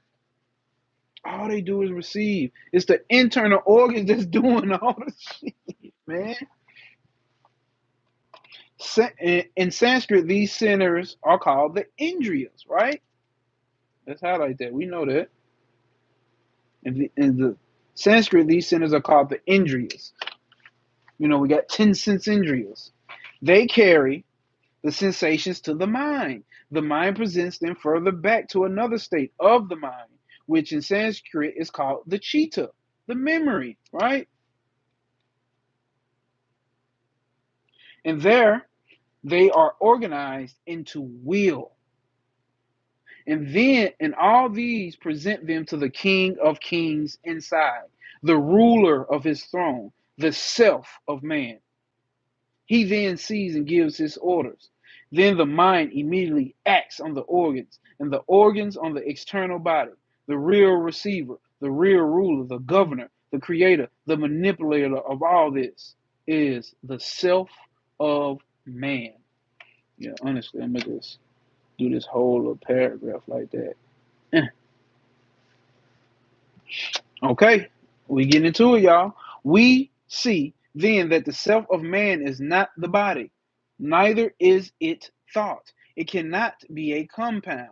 Why not? Because everything that is a compound can be seen or imagined. This is why you can't imagine pure unconditioned consciousness. This is why you can't imagine chaos. This is why they don't fuck with it. They need something quantifiable. That which cannot imagine or perceive, which cannot bind together, is not force or matter, cause or effect. See, now here we go. Beyond karma, matter, beyond reincarnation. It is beyond that. What you are is already beyond that. All you got to know is that you are that. You don't have to wait to get every bit of spiritual knowledge in your head to receive that and understand that. Because guess what? When you get all that knowledge and information, guess what's going to be there? Consciousness. While you don't have all that knowledge and information, guess what's already there? Consciousness. It's just waiting for you to realize it. This is why this is called the direct path. You don't have to know all of that other shit to come into realization that you are that self, to know thyself. It's already there. You just got to realize it. It's like looking for your phone, like, damn, why you holding the phone up to your ear? You're like, damn, I'm looking for my damn phone. I can't find my damn phone. Where my phone at? Where my phone at? Where my phone? It's in your hand the whole damn time. Enlightenment is in your hand the whole time. God is in your hand the whole time. Consciousness, Brahman, Shiva, Purusha is in your hand the whole goddamn time. You're not looking for it. You think you're looking for it, but you're not. Dog chasing his tail. It's already, the tail is attached to you, you damn dog. What are you chasing it for? It's already there. What you doing? That's what we look like down here. We see then that the self of man is not the body, neither is it thought. It cannot be a compound. Why not? Because everything that is a compound can be seen or imagined. That which cannot imagine or perceive, that which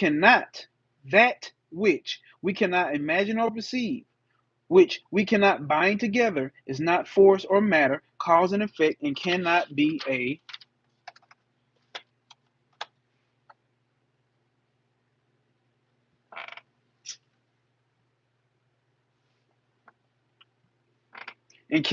compound. The domain of compound is only so far as our mental universe, our thought universe, extends beyond this. It does not exist. Hold up. Let's read that again. The domain of compounds is only so far as our mental universe, our thought universe, extends beyond this. It does not exist. This is as far as law reigns. And if there is anything beyond law, it cannot be a compound at all. So your seven hermetic principles, this, what we talking about, is beyond it, bro. It's beyond it. The tree of life, it's beyond it. Elements, it's beyond it. Divine masculine, divine feminine, it's beyond it. What we talking about is beyond all of that. All of that is an object to it. All of that is an object. And what you are is the pure subject that illumines all of that. You illuminate the pain that you didn't even know you had. Or the mosquito bite. It happened, but you weren't aware of it. And then you become aware of it and you now illuminate it. It's just like I said on my story. It's like when a baby fall. They don't hurt themselves, but they look up and look at everybody else, and everybody's making a face like, "Oh my God, you hurt, you hurt," and then the baby starts crying. The pain was illuminated, even though it wasn't even wasn't even there. The self of man being beyond the law of causation. We beyond the causal plane, right? What's that in the tree of life? The plane of absolute. We beyond absolute. What you are is beyond that. The self of man beyond the law of causation is not a compound. It is ever free and is the ruler of everything that is within law. It will never die because death means going back to the component parts. And that which was never a compound can never die. It is the sheer nonsense to say that it dies. It is sheer nonsense to say that it dies. We are now treading on finer and finer ground. And some of you perhaps will be frightened. See, that's what I'm saying. Like this type of talk kind of scares people from that non-dual aspect.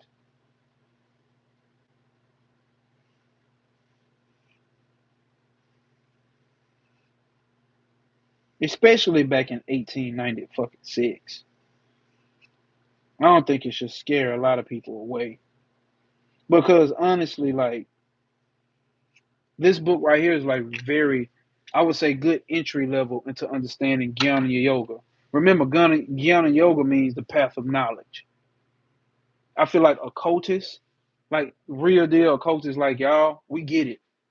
We already, if you just join and hit that like button, we get the path of knowledge. But it's not talking about just knowledge of just knowing shit. This is the knowledge right here. Is talking about the self, knowledge of the self. Jnana Yoga is about the knowledge of the self.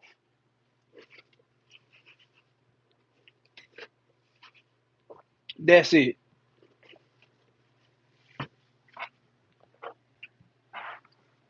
But I feel like us people who are into the occult or esoteric shit, we get it. Damn, it's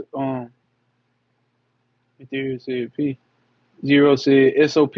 Literally, our true self is beyond and above everything and create all things we ask for. Even today, people are afraid of the true facts. I just met an OG, he said the same thing. People fear the truth. But he said, no matter what you do, young nigga, stick to the truth. Even if it runs people off. Stick to the truth. And I'm aware that this can run people. Bro, y'all know I can talk about divine feminine and masculine all goddamn day. That's what people want to hear. That's what people want to hear. I can sit here and spark a debate about what's the divine masculine and divine feminine is. You know what I'm saying? And do that shit on my Instagram and TikTok and get 100,000 people watching with the personality a nigga got. But I'd rather stand on the most core principles of truth. Not saying that all that is not relative. It's obviously relative. Relative. It's obviously relative in that sense. But we go into the ultimate principles.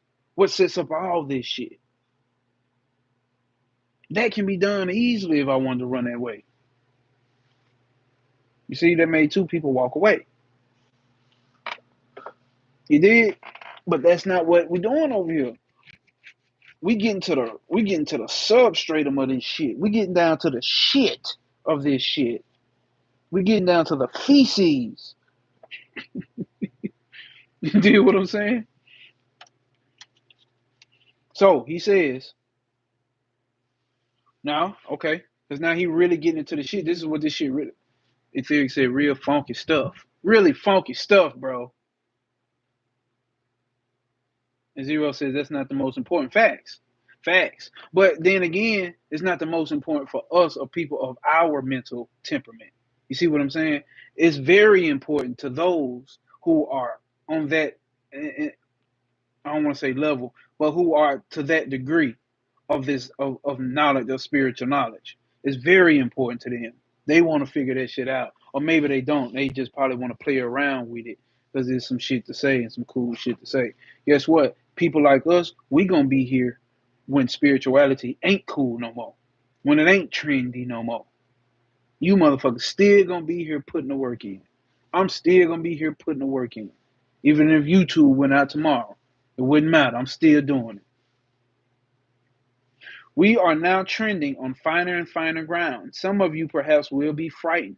We have seen this self beyond the little universe of matter and force and thought is a simple, uncompounded entity, and therefore it cannot die. That which does not die cannot live. For life and death are the observed in reverse, upverse, my bad. Hold on, let's read that again.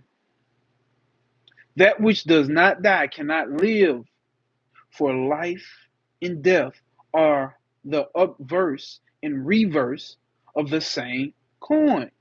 Two sides of the same coin. Life is another name for death. Remember we said that? Dealing with Prakriti, dealing with Bina. Life is another name for death, and death for life. You hear? I mean, I'm speaking to occultists. Of course, y'all know death is life, and life is death. One particular mode of manifestation is what we call life. Listen, one particular mode of manifestation is what we call life. Another particular mode of manifestation of the same thing is what we call death. When the wave rises to the top, it is life, and when it falls into the hollow, it is death. If anything is beyond death, naturally, it must also be beyond life. Let me highlight that.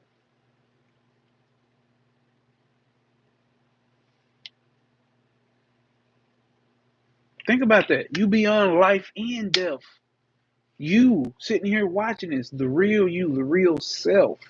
You are beyond life and death. Matter of fact, you are the observer of life and death. You there when birth happens and you there when death happens.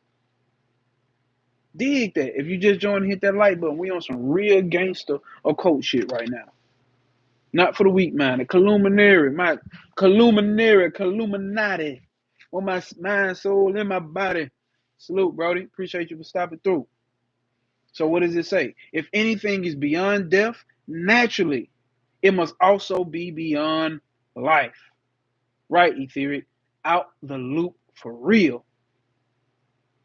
I must remind you of the first conclusion. Hold up. What's the first conclusion? That the soul of man is part of cosmic energy, which is God. We now find that it is beyond life and death. You were never born and you will never die. What is birth and death that we see around us? What is this birth and death that we see around us? This belongs to the body only because the soul is omnipresent. How can that be, you may ask? Let's see what Swami has to say. Remember this nigga saying this shit in 1896, nigga. We fresh out of slavery. This nigga over here is kicking their religious ways in the balls, kicking them in the gonads.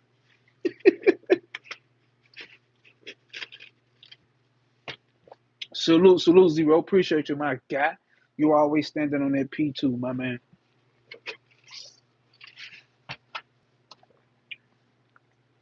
So many people are sitting here, and you say, listen, this in quotations. So many people are sitting here, and you say the soul is omnipresent. What is there, I ask, to limit anything that is beyond law, beyond causation? This glass is limited. It is not omnipresent because the surrounding matter forces it to take this form. Listen, because what does Prakriti do? She creates. What does Bina do? She creates forms by setting limits. That's why I tell people, you want to talk about divine feminine? The whole reality is the divine feminine. Ain't no suppressing the divine feminine. Ain't no suppressing the divine feminine. You can't. Because the divine feminine is what's doing the pressuring, informing. It's like, what are they talking about? I get it. They just not aware of the real underlying principle of what the divine feminine is. So the divine masculine can't be pressuring the divine feminine in that relative aspect. Let's not get into that. I ask to limit anything. I ask to limit anything that is beyond law, beyond causation. This glass is limited. It is not omnipresent because the surrounding matter forces it to take this form, does not allow it to expand. It is conditioned by everything around it and is therefore limited. But that which is beyond law and has nothing to act upon it, how can it be limited? It must be omnipresent. You are everywhere in the universe. How is it? How is it then that I am born and I'm going to die and all that? You may ask. Question mark, basically. That is the talk of ignorance, hallucination of the brain. You neither were born nor will die. Listen, nigga. Listen, spiritual baddies. You were never born. And that's how you can never die. You have to come into that realization. Yes, you can read it. And sometimes when we read, we get realizations from the reading. So read. Or come here every Sunday and read with us. You neither have had a birth nor will have a rebirth. Listen, man. Listen. Listen. Listen. You neither were born nor will die. You neither have a birth nor will have a rebirth, nor life, nor death, nor anything. Sit with that. The real you can never get caught up in reincarnation. All you have to do is realize it. Because what reincarnates?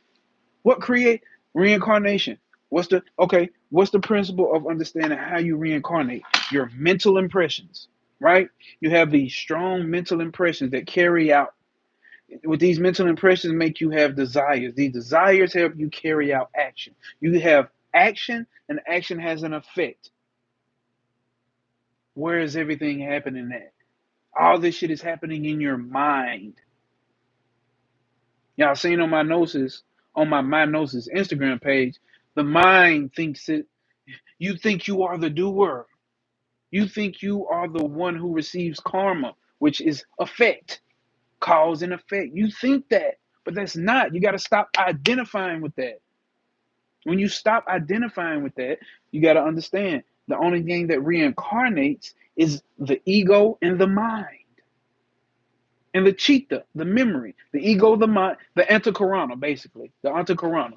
The mind, the ego, the intellect, and memory. That's what reincarnates.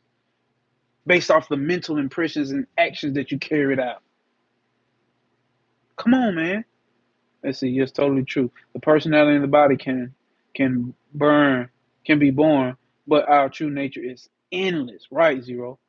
That breaks reincarnation. Facts. Zero said this is insanely beautiful. Facts, bro. Ethereal said, I just seen a billboard saying you are bigger than this moment. Come on. This whole life is one moment. This whole life is one moment. You bigger than it. You know what? Existence is one moment. You bigger than that existence. If you just joined, and please hit that like button. You bigger than an existence. Existence exists because of you. So if it exists because of you, of course you bigger than it. Hit that like button, y'all. Don't be shy. We don't bite. I mean, we might bite you with the sharp tooth of knowledge of self. You'll never be able to goddamn get that poison up out of you. Okay. Okay. You neither were born nor will die. You neither have had birth nor will have rebirth, nor life, nor death, nor anything. What do you mean by coming and going? All shallow nonsense. Nigga, that's nonsense. Yeah, that's nonsense, nickel. Nickel. Shallow nonsense at that. That's even worse. You are everywhere. Then what is this coming and going? It is the hallucination produced by change of the fine body, which you call the mind. Which you call the mind. You call the mind. You call it mind. Illuminati want my mind, soul, and my body. That's why I always tell people, what do you mean sell your soul? Fuck is you selling? How did you gonna sell a soul, man? You can't sell no soul, man. The soul is nothing you can even see, grasp, hold. Niggas, we're using the wrong terminology. Wrong terminology. That's why I say we get our terminology and understandings of these principles right, then we can move forward and advance. Because I think our lack of understanding of what a lot of these terms like soul is. Like one dude tried to debate me on threads about the soul and shit. It's like, bro, I'm not even here to do that, bro. Like trying to sell you sand at a beach. Come on, man. Come on now. Come on now. Nobody, come on, man. You can't sell the soul, man. The soul ain't even, man. All right, it ain't even here, man. This is why I have not stolen no man's goats, right? I have not sinned. I have not cursed. I have not coveted another man's wife. You have not done any of that. And all you got to do is come into a realization that you are not that. And then start living like that. That's why I keep saying switch on the observer mode as much as you can in your day-to-day life. Watch how you change. Watch how you change. I'm not telling you because it sounds cool. I'm telling you because I've done it and I still do it. This is what is coming and going. Just like a that is what is coming and going. Just like a little speck of cloud passing before the sky. Okay, man, I gave this example on my story, right? I want to say it here for those that are here. There was a story about Buddha. Say Buddha was sitting outside with his student or whatnot, and a mosquito landed on him. And when a mosquito landed on Buddha, what ended up happening was he swatted and killed it. This is our pure instinct, right? He swatted the bug and killed it. You know, so Buddha obviously he ain't on the save the bug, save the no nigga, it's a mosquito on me, swat. That motherfucker get murked without any thinking. And he said, so instantly after he killed it and swatted and moved the bug off on him, he did the action again. He swatted his hand again, like the bug was still there. One of his students was like, damn, bro, like what you doing, like little Buddha? What you doing, little Buddha? I don't get it. He's like, I just committed one of the worst sins. He's like, hold on, damn, what was that sin? I just I just acted without being in pure awareness. Listen to what I'm saying. I just did an action without being in awareness. Hopefully y'all getting what he's saying here.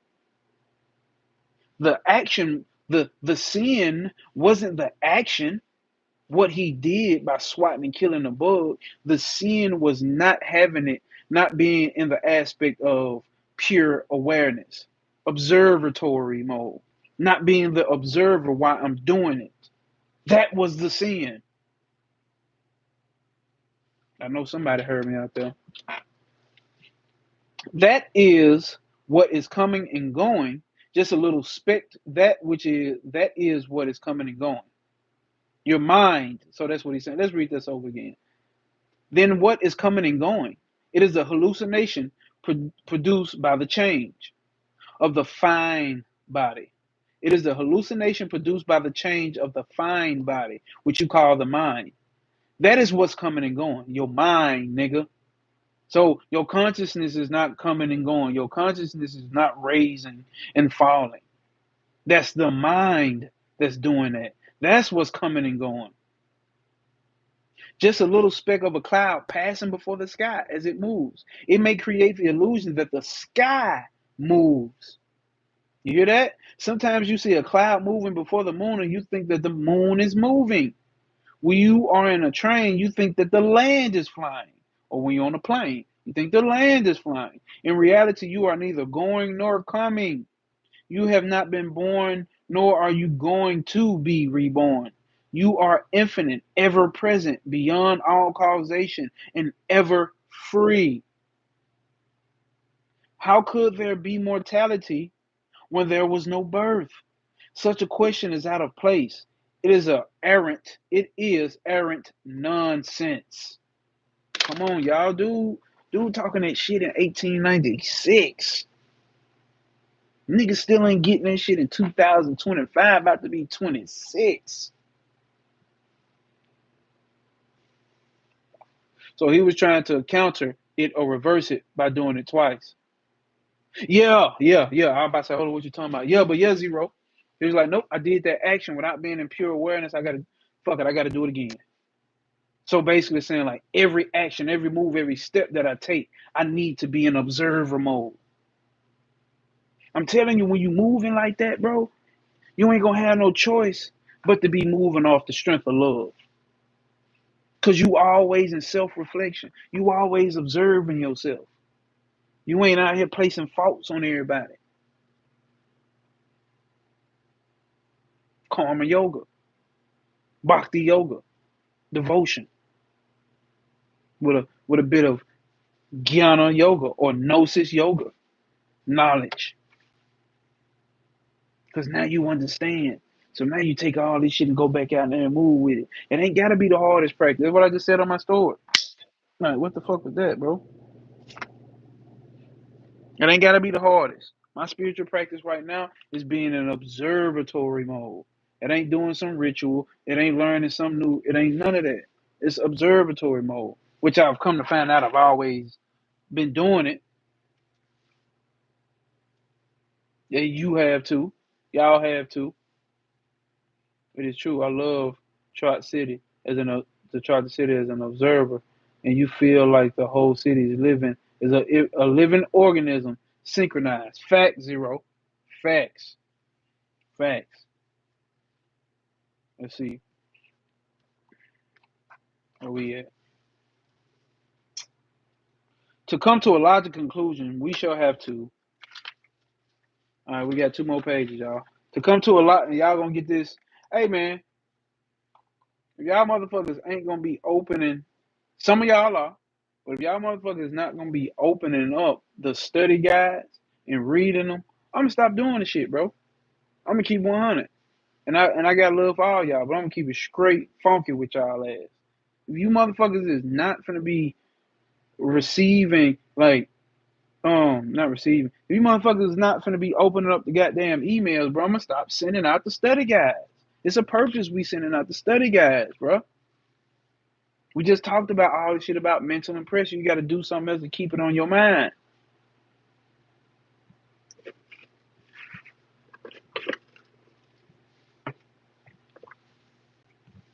So if you motherfuckers is not joining the email list, hold up. I'm finna paste it in the chat so you can get the study guides.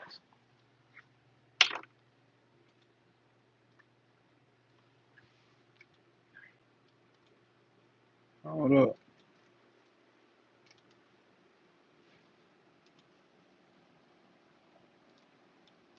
And we got the Discord going as well.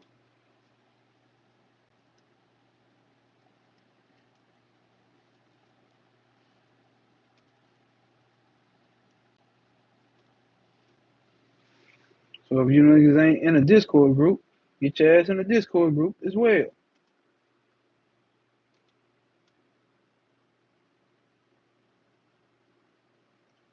What you mean, bro? You know you could have hit me up directly for the link, Rosa Flame. What you mean? It needs. Oh, you mean like the app needs to update?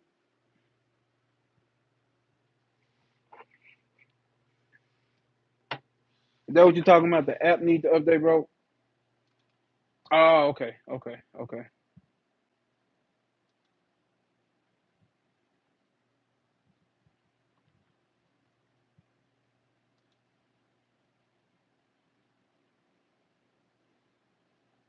So the Discord email, I mean the email gonna be sent.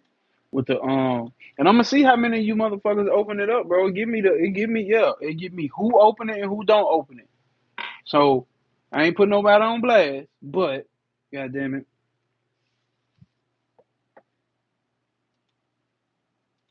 Yeah, you motherfuckers.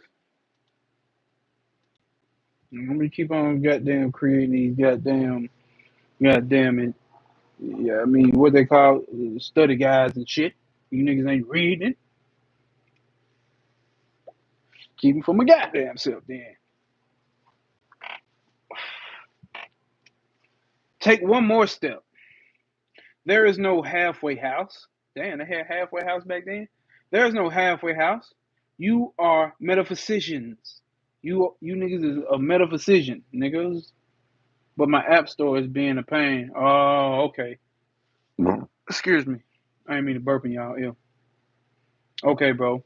Okay, brother. Oh, you joined? I didn't even know you was in there, Etheric. Okay, I'll shoot you the link, Rosa Flame. I'll shoot you the link. There is no halfway house. You are metaphysicians, and there is no crying quarter. If then we, if then we are beyond all law, we must be omniscient, ever blessed. All knowledge must be in us, and all power and blessedness. Certainly, you are the omniscient, omnipresent being of the universe. But of such beings, can there be many? Listen, can there be many? Can there be 100,000 millions of omnipresent beings? Certainly not. Uh-oh. Uh-oh, he finna get to some shit. Then what becomes of all this? You are only one. There is only one such self. And that one self is you. Standing behind this little nature is what we call the soul. There is only one being, one existence, the ever blessed, the omnipresent, the omniscient, the birthless, the deathless. Chaos, nigga. Ain't so far, nigga. Consciousness, nigga. The soul, nigga. Through his control, the sky expands. Through his control, the air breathes. Through his control, the sun shines. Through his control, all live. He is a reality in nature. Or for the ladies, you can call it a she. It wouldn't matter. It don't make a difference. You are one with him or her. Wherever there are two, listen, wherever there are two, there is fear. There is danger. There is a conflict. There is strife. I need us to understand that. Wherever there are two, there is fear, there is danger, there is conflict, and there is strife. There is strife. That would be my only problem, not problem, but that would be my only objection after understanding this with Samkhya Darshan or any other dualistic system. Oh, I'm Purusha, here's Prakriti. We're separate. I'm entangled in her and I need to pull away from her. So basically, Prakriti can become the enemy, which leads a lot of spiritual systems to claiming women are enemies and they do certain things to women. It trickles down to that egoic level of them thinking about it as a real fucking woman that's being talked about in these stories. It's a fucking gnat in here, and how the fuck did you get in here, you little motherfucker? When I catch you, I'm gonna kill you, and I'm gonna do it in awareness. I'm gonna kill this gnat in awareness. Make sure. So whenever there are two, there is fear, there is danger, there is conflict, there is strife. You can't tell me that ain't true. You can't tell me that ain't true. When it is all one, who is there to hate? Who is there to struggle with? When it is all, let's read that again for those in the back. When it is all one, who is there to hate? Who is there to struggle with? When it is all he, when it is all he, with whom can you fight? True nature. Hold on. No, I skipped the whole line. With whom can you fight? This explains the true nature of life. This explains the true nature of being. This is perfection, and this is God. As long as you see the many, you are under delusion. All right, y'all. All right. This is the perfection, and there is God. As long as you see many, you are under the delusion. In this world of many, he who sees the one is the ever is. Okay, let's see. In this world of many, he who sees one in this ever changing world, he who sees him who never changes as the soul of his own soul, as his own self, he is free. He is blessed. He has reached the goal. He has reached the goal. You niggas know what the goal is. You niggas know what the goal is. If you just join and hit that like button, please. You niggas know what the goal is. To attain Godhead. There's no way. Listen, man. Give me this. There's no way you can attain Godhead identifying with all of these.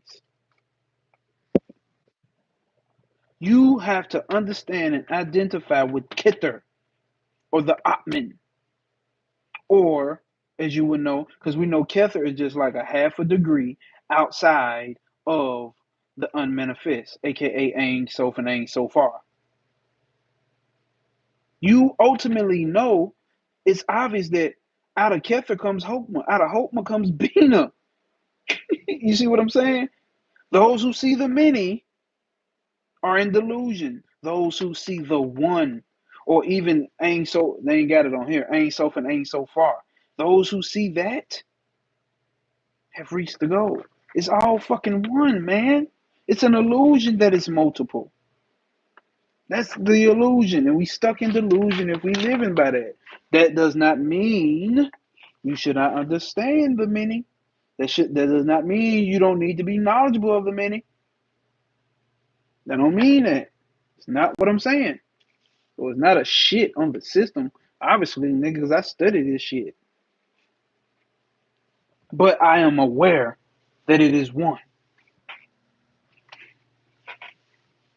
Definitely aware that it is one. So let us get into this.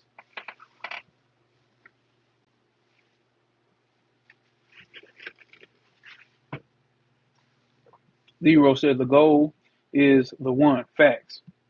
And see the many as what they are, illusions of truth. That's it. That's it.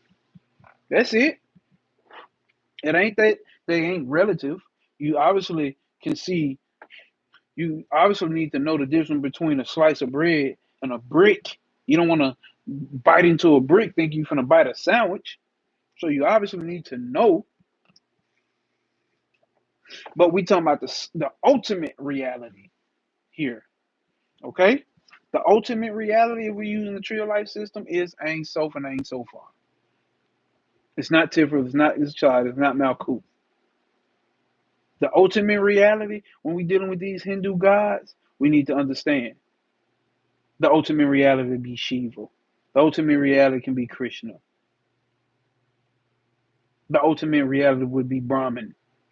The ultimate reality would be the Atman. We go to the Egyptian system, we have to understand the ultimate reality would be Nu, or Noon, or Amun, or Kefra. We go over here to the Ephi system, we need to know that the ultimate reality is Oladumare. We go over here to the Palo in Zimba, Zingia. That's the ultimate reality. No matter what system you want to switch to, they got a name for it. You want to come over here to this occult shit, you need to understand the ultimate reality is chaos. If you want to get up out of all that, you need to know that the ultimate reality is fucking consciousness. Therefore, know that thou art. I be saying this shit on my shit. And this obviously where I get it from them because it's their language. Tat twamasi. That means, therefore, know that thou art. That thou art he. Thou art the God of this universe. Tat twamasi. All these variations of ideas that I am a man or a woman, or I'm a divine masculine, I'm a divine feminine, or sick or healthy. Listen, ideas that I'm a man or a woman, or sick or healthy, or strong or weak, or that I hate or that I love, or have a little power are but hallucinations. Away with them. Away with them. What makes you weak? What makes you fear? You are the sole being in the universe. What frightens you? Stand up then and be free. Know that every thought and word that weakens you in this world is the only evil that exists, bro. Come on, bro. That's why I say the ultimate evil is ignorance. If there was to be an evil, it would be ignorance. Know that every thought and word that weakens you in this world is the only evil that exists. That's the only evil. Whatever makes men weak makes men fear. Is whatever makes men weak makes men fear is the only evil that should be shunned. What can frighten you? If the suns come down and the moons crumble into dust and system after systems are hurled in annihilation, what is that to you? What is that to you if America falls? What is that to you if the universal basic income comes into play? What is that to you if human beings are killing the goddamn world and we need to all go green? What the fuck is that to you? What is that to you? Stand as a rock. You are indestructible. You are the self, the God of the universe. Say, I am existence, absolute. Say this, y'all. So say this with me, y'all. We're gonna all say this together right here. What is I don't even see what okay. Okay. We about to say this together. So you okay, stand as a rock. You are indestructible. You are the self, the God of the universe. Say this. I am existence absolute, bliss absolute, knowledge absolute. I am he. Or you can say I am she. Damn, I'm missing some comments. It's crazy, my gnosis. Even the tree of life is teaching us that every sephira is just a piece of slice of one. Ain't so far. Facts, bro. Facts. That's why I salute Trav because shit, I didn't have good enough knowledge about the tree of life. He pointed me in the right direction. I learned with him and I took the time by myself to sit and learn and get a realization and understanding on my own. That's what we all should do. And when you study it, when he studies it, when I study it, when you study it with the intent to get an understanding, you know that. It's all just one from the aim so far. Or the flame said, depends how it happened. Which, oh, you must be talking about how the world ends. Oh, shit. What did Theory say? That's kind of funny, man. Oh, what you talking about, Theory?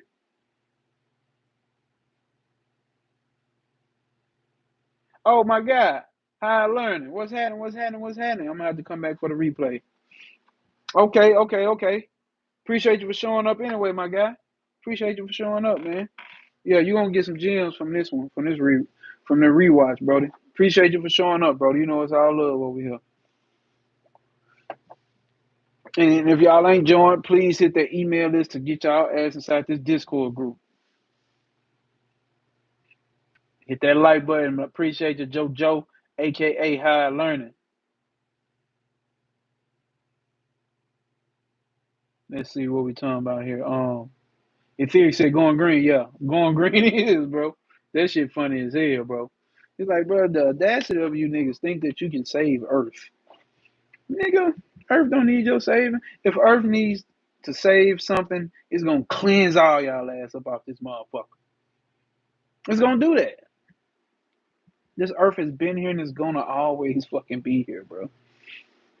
Even in this unmanifest state. So, all right, come on, y'all. We got one more page. We finna finish this on up.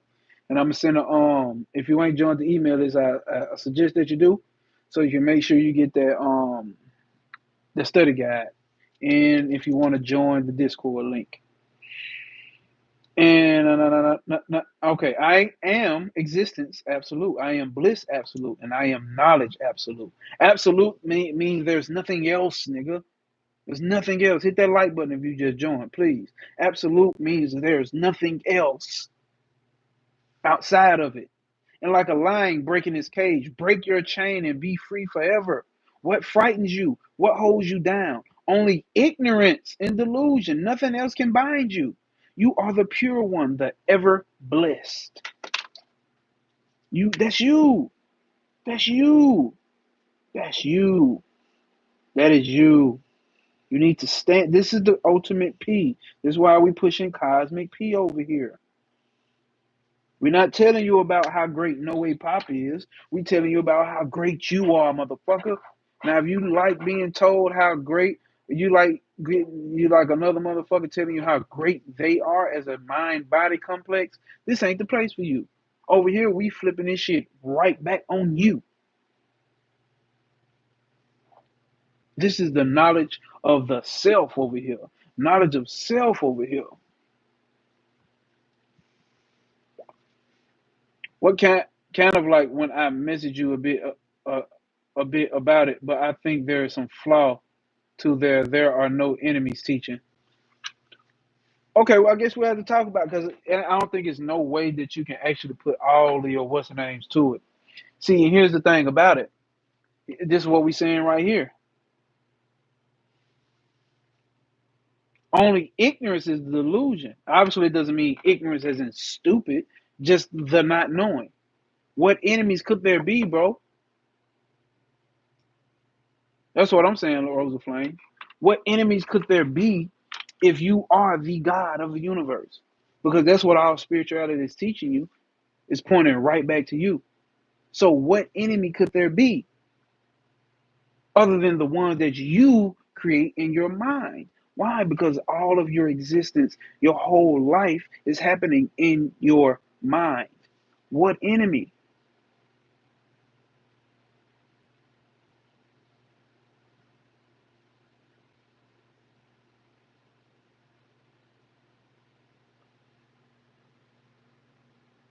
Because if you create, because it goes like this, bro. If you creating an enemy,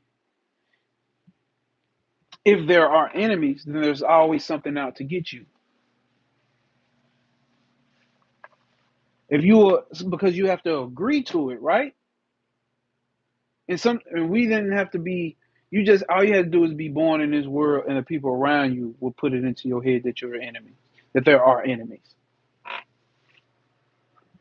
How could there be enemies? How could there be an enemy, bro? If you are the creator of your reality, and that's just on the mind level. If you are the creator of your reality, the only way that there can be enemies if you give enemies the power to exist. If you give the enemies the power to exist. Now, like Wave 36, oh, peace, Wave 636. Now you can create yourself as the enemy. I went through all those motions, thinking everybody else was the enemy. White man, black man, in my neighborhood, police, government, all this and that. Enemies, enemies, enemies. Then I get down and find out, oh shit, I'm my own enemy. Now I'm past that. I'm not even my own fucking enemy. My mind came up with that shit. I thought it was a fight between me and my mind. When all I'm doing is bringing my mind into this middle pillar, the pillar of balance, integration. I'm integrating all of this.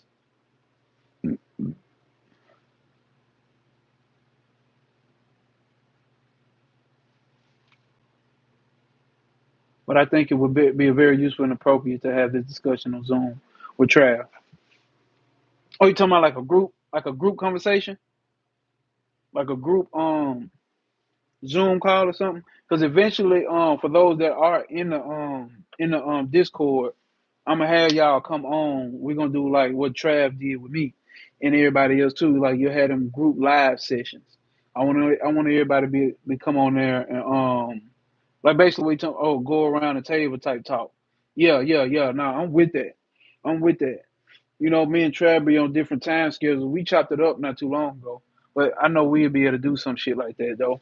Me and him be chopping it up anyway, but gotta be something great. But as far as my channel, I definitely fuck. But it's just gonna be for those that enjoy the Discord.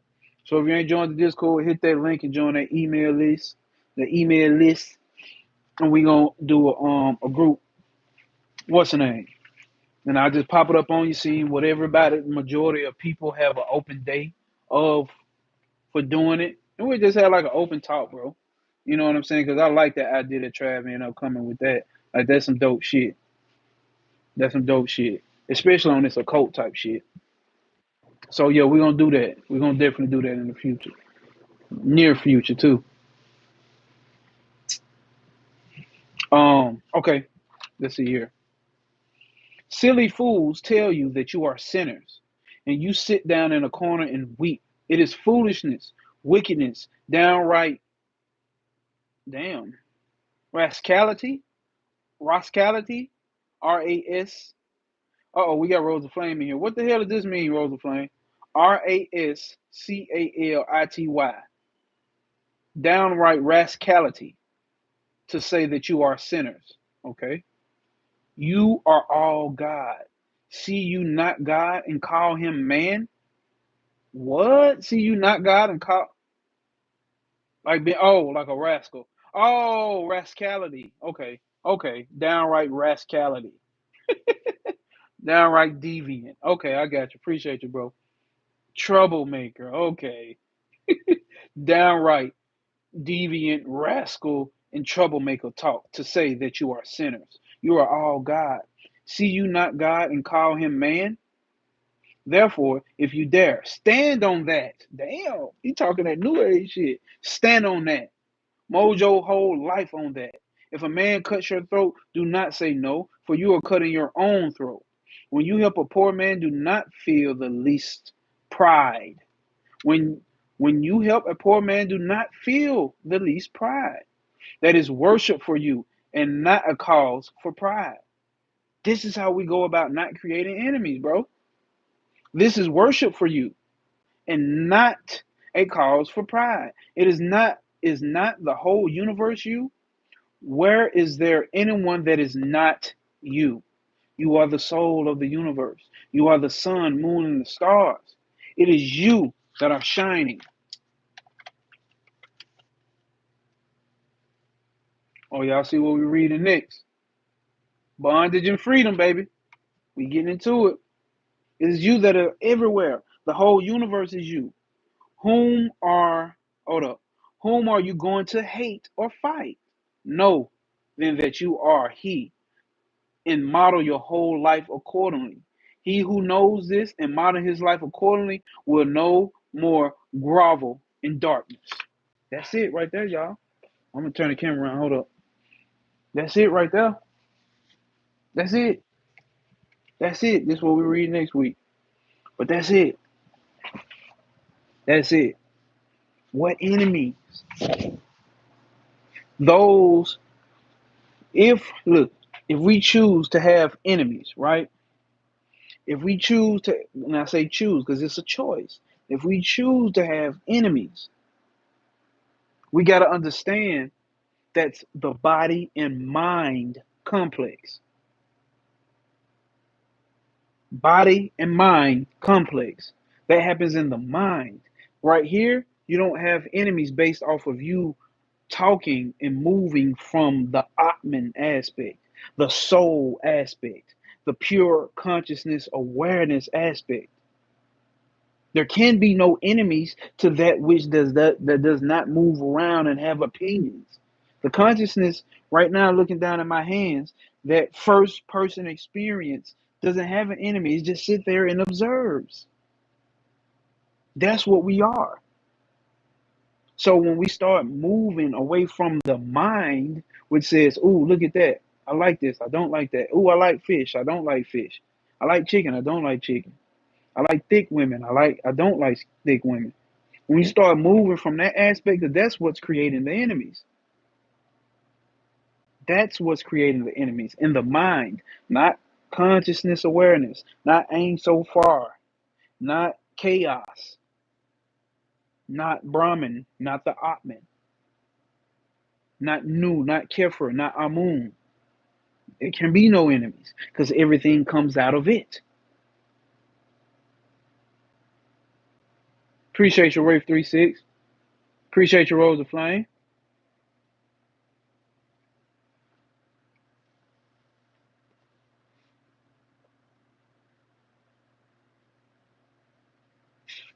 Hold on, what you talking about? What's Trav's teaching? Don't get me wrong. That teaching saved me in a sense, but I think it's worth having a conversation about since it's Trav's teaching. I don't want to talk. I don't want to be talking without him.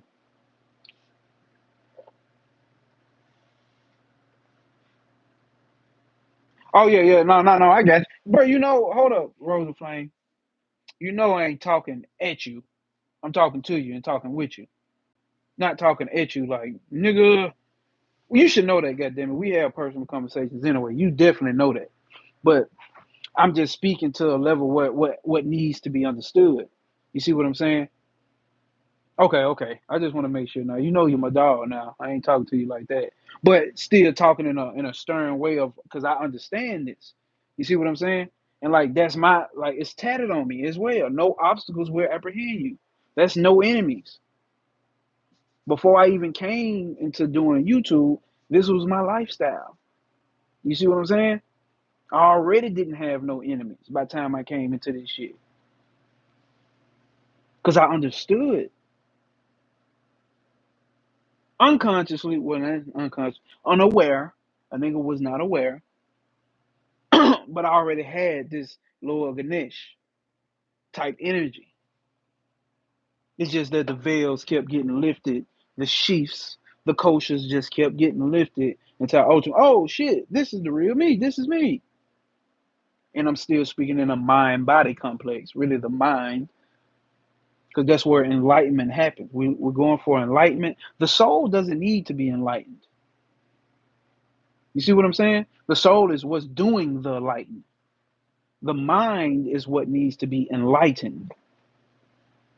Liberation happens in the mind. Liberation happens in the mind. Enlightenment happens in the mind. You versus you concept is a topic, is a must. It's easy to blame the outside sources. Right. It's very easy. For us as humans in general, it's very easy. We naturally coming in doing that. You ever see a child? You ever see a child? Mine, mine, mine, mine. That's the ego coming in. It's naturally gonna do that. You naturally gonna say, that's that and this is mine. That's that and this is mine. So we naturally come in with that aspect. It starts to grow on us. But that's not our first. Our first is what? Nothing but love. All a child wants to do is give love and receive love. That's your first nature. And this is what we talk about when we identify as God. Of no enemies. Pure heart. The pure of heart is the best spiritual protection you can have. It's not a ritual. It's not a ritual that you can do that's better than the pure of heart. And what's the pure of heart? Knowing that there's no enemy, there's nothing that can hurt you.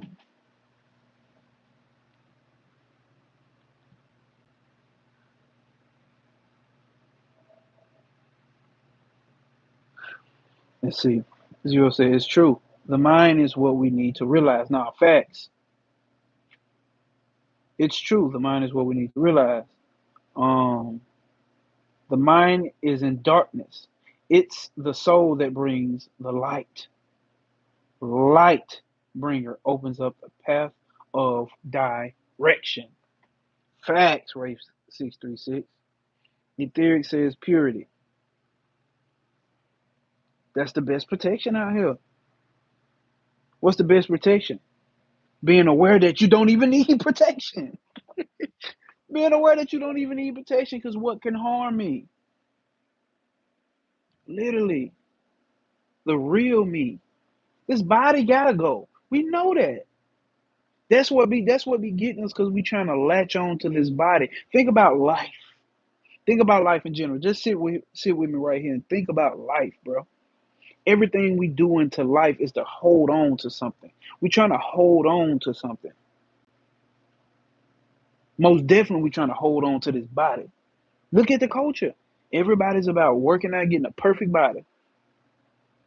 Look at it. Look outside. Everybody's talking about getting all the money, leaving a legacy. We're trying to hold on to something. Leaving a legacy, you're trying to continue to live in this body even after you die. The whole thing about life is about running away from death. Remember, we went through life and death. You were never born. See, that's the ignorance that they talking about. You were never born, so you can never die. So what are you running, holding on for dear life for, and rushing, trying to get to this, and rushing, trying to get to that for? What are you doing? That's out of ignorance, because we don't know the self. We don't have the knowledge of self, that we are forever. There is no death. There is no enemies. There is nothing that can harm you. And that's why he said right here, okay, the universe is you. Whom are you going to hate or fight? Know then that you are he. And model your whole life accordingly. He who knows this and models his life accordingly will no more grovel in darkness. What do we give the expression of the story about Buddha? He created a sin. What was his sin? He squashed that bug out of pure instinct and didn't sit inside of a state of awareness. His only sin was not that he killed. His sin was that he did it without being in complete, God damn it, that gnat, bro. That he did it outside of awareness. Model your life. That's what he's saying. Stay in constant observatory mode. You'll see that the mind is doing all this creation of things that are opposite of you. It's the mind that's doing it. It's not consciousness. Consciousness takes no action. It just watches. Theory, bro. This shit get on my damn nerve. Gratitude, brother Gnosis. You are your own protection. You are your own protection, right? Ignorance is materialism, and that's what I'm saying. Remember, that's what the unfortunate said. They standing on. We here to conquer dense matter. We here to conquer dense matter. That's what they said. That's the racial dharma of the West, which is which she said may be different from other races, but that's not theirs. It's so true. When you turn your attention inside, everything shines. The observation of all inside and outside at some moment appear the same, because they are.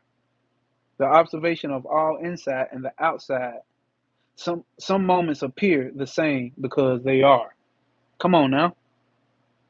We got to move more so in an observatory mode. You gotta observe yourself, bro. Sometimes my woman say some shit and I feel some type of way. I don't bring it to her right away. I take myself through a self-inquiry process, and I study my thoughts. Like, damn, why did I feel like that? What came from that? What did that come from that made me feel like that? And I go through all this and that, and then bring it back and find like, oh, it comes from this. Now, why do I sit and respond to this? Because my body responded, and it hit my nervous system and sent it up to my mind. You see what I'm saying? You got to put yourself under that process, bro. That's the shadow work. That's the shadow work. You can do it all in your head, in your mind, being the observer of your whole fucking life. That's the real work. Actions without thought leads to chaotic situations. And even then, be the observer of that shit all at the same time. Be observer of your actions, be the observer of your thoughts. And right there, no more of that chaotic situation shit. Well, not no more, because in that sense, chaos. Because what is Prakriti gonna do? Prakriti is gonna always create shit to be done. Prakriti is always going to create shit that seems like it's actually blocking you. But once you find out no obstacles will apprehend you, once you find out that obstacle is just an opportunity for prosperity. What's the prosperity? It don't have to be money. It can literally simply just be more awareness of yourself. That's a prosperous moment to those who, for those who are trying to get to Godhead. That's the most prosperous. What the fuck else is there to do on this planet besides get knowledge? Knowledge of self. Yeah, we can get a family. Yep, I'm with that. We can get a house. Yep, I'm with that. We got our credit right. Yep, I'm with that. You know what I'm saying? We can have community. Yep, I'm with that. But ultimately, we're here to get knowledge of self, bro. Knowledge of the God, whatever the fuck, universe, source, whatever we want to call it. If you think you go hard with being the observer or practice, I think if you go hard with being the observer or practice the observation, you finally see all, even your characters as a movie or dream is playing by itself. Facts. That's the type of mindset that I'm pushing for on this YouTube channel. That's the type of mindset that I'm pushing with this content because I live it. I live it and I see the benefits of it.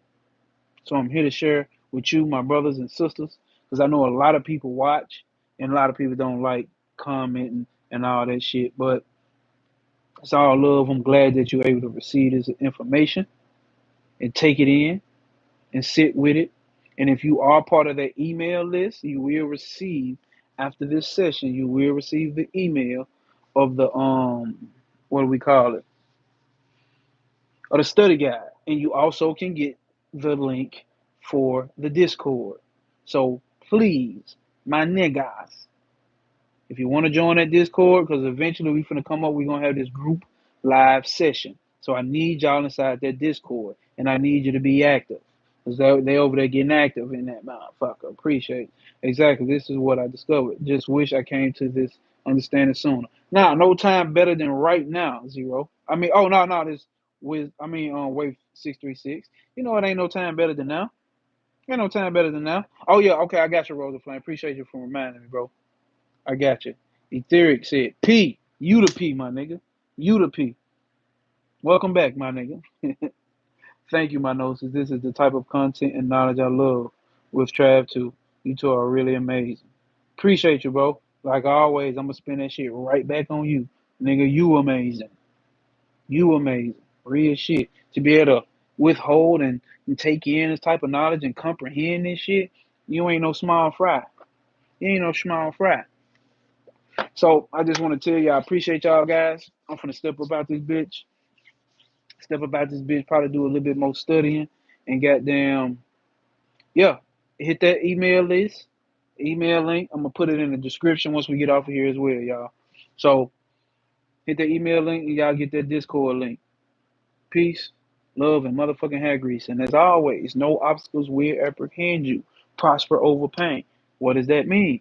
There are no obstacles. There are only opportunities for you to prosper over the pain. And we standing on motherfucking principle. And we standing on motherfucking purpose. And that's our standard operating procedure.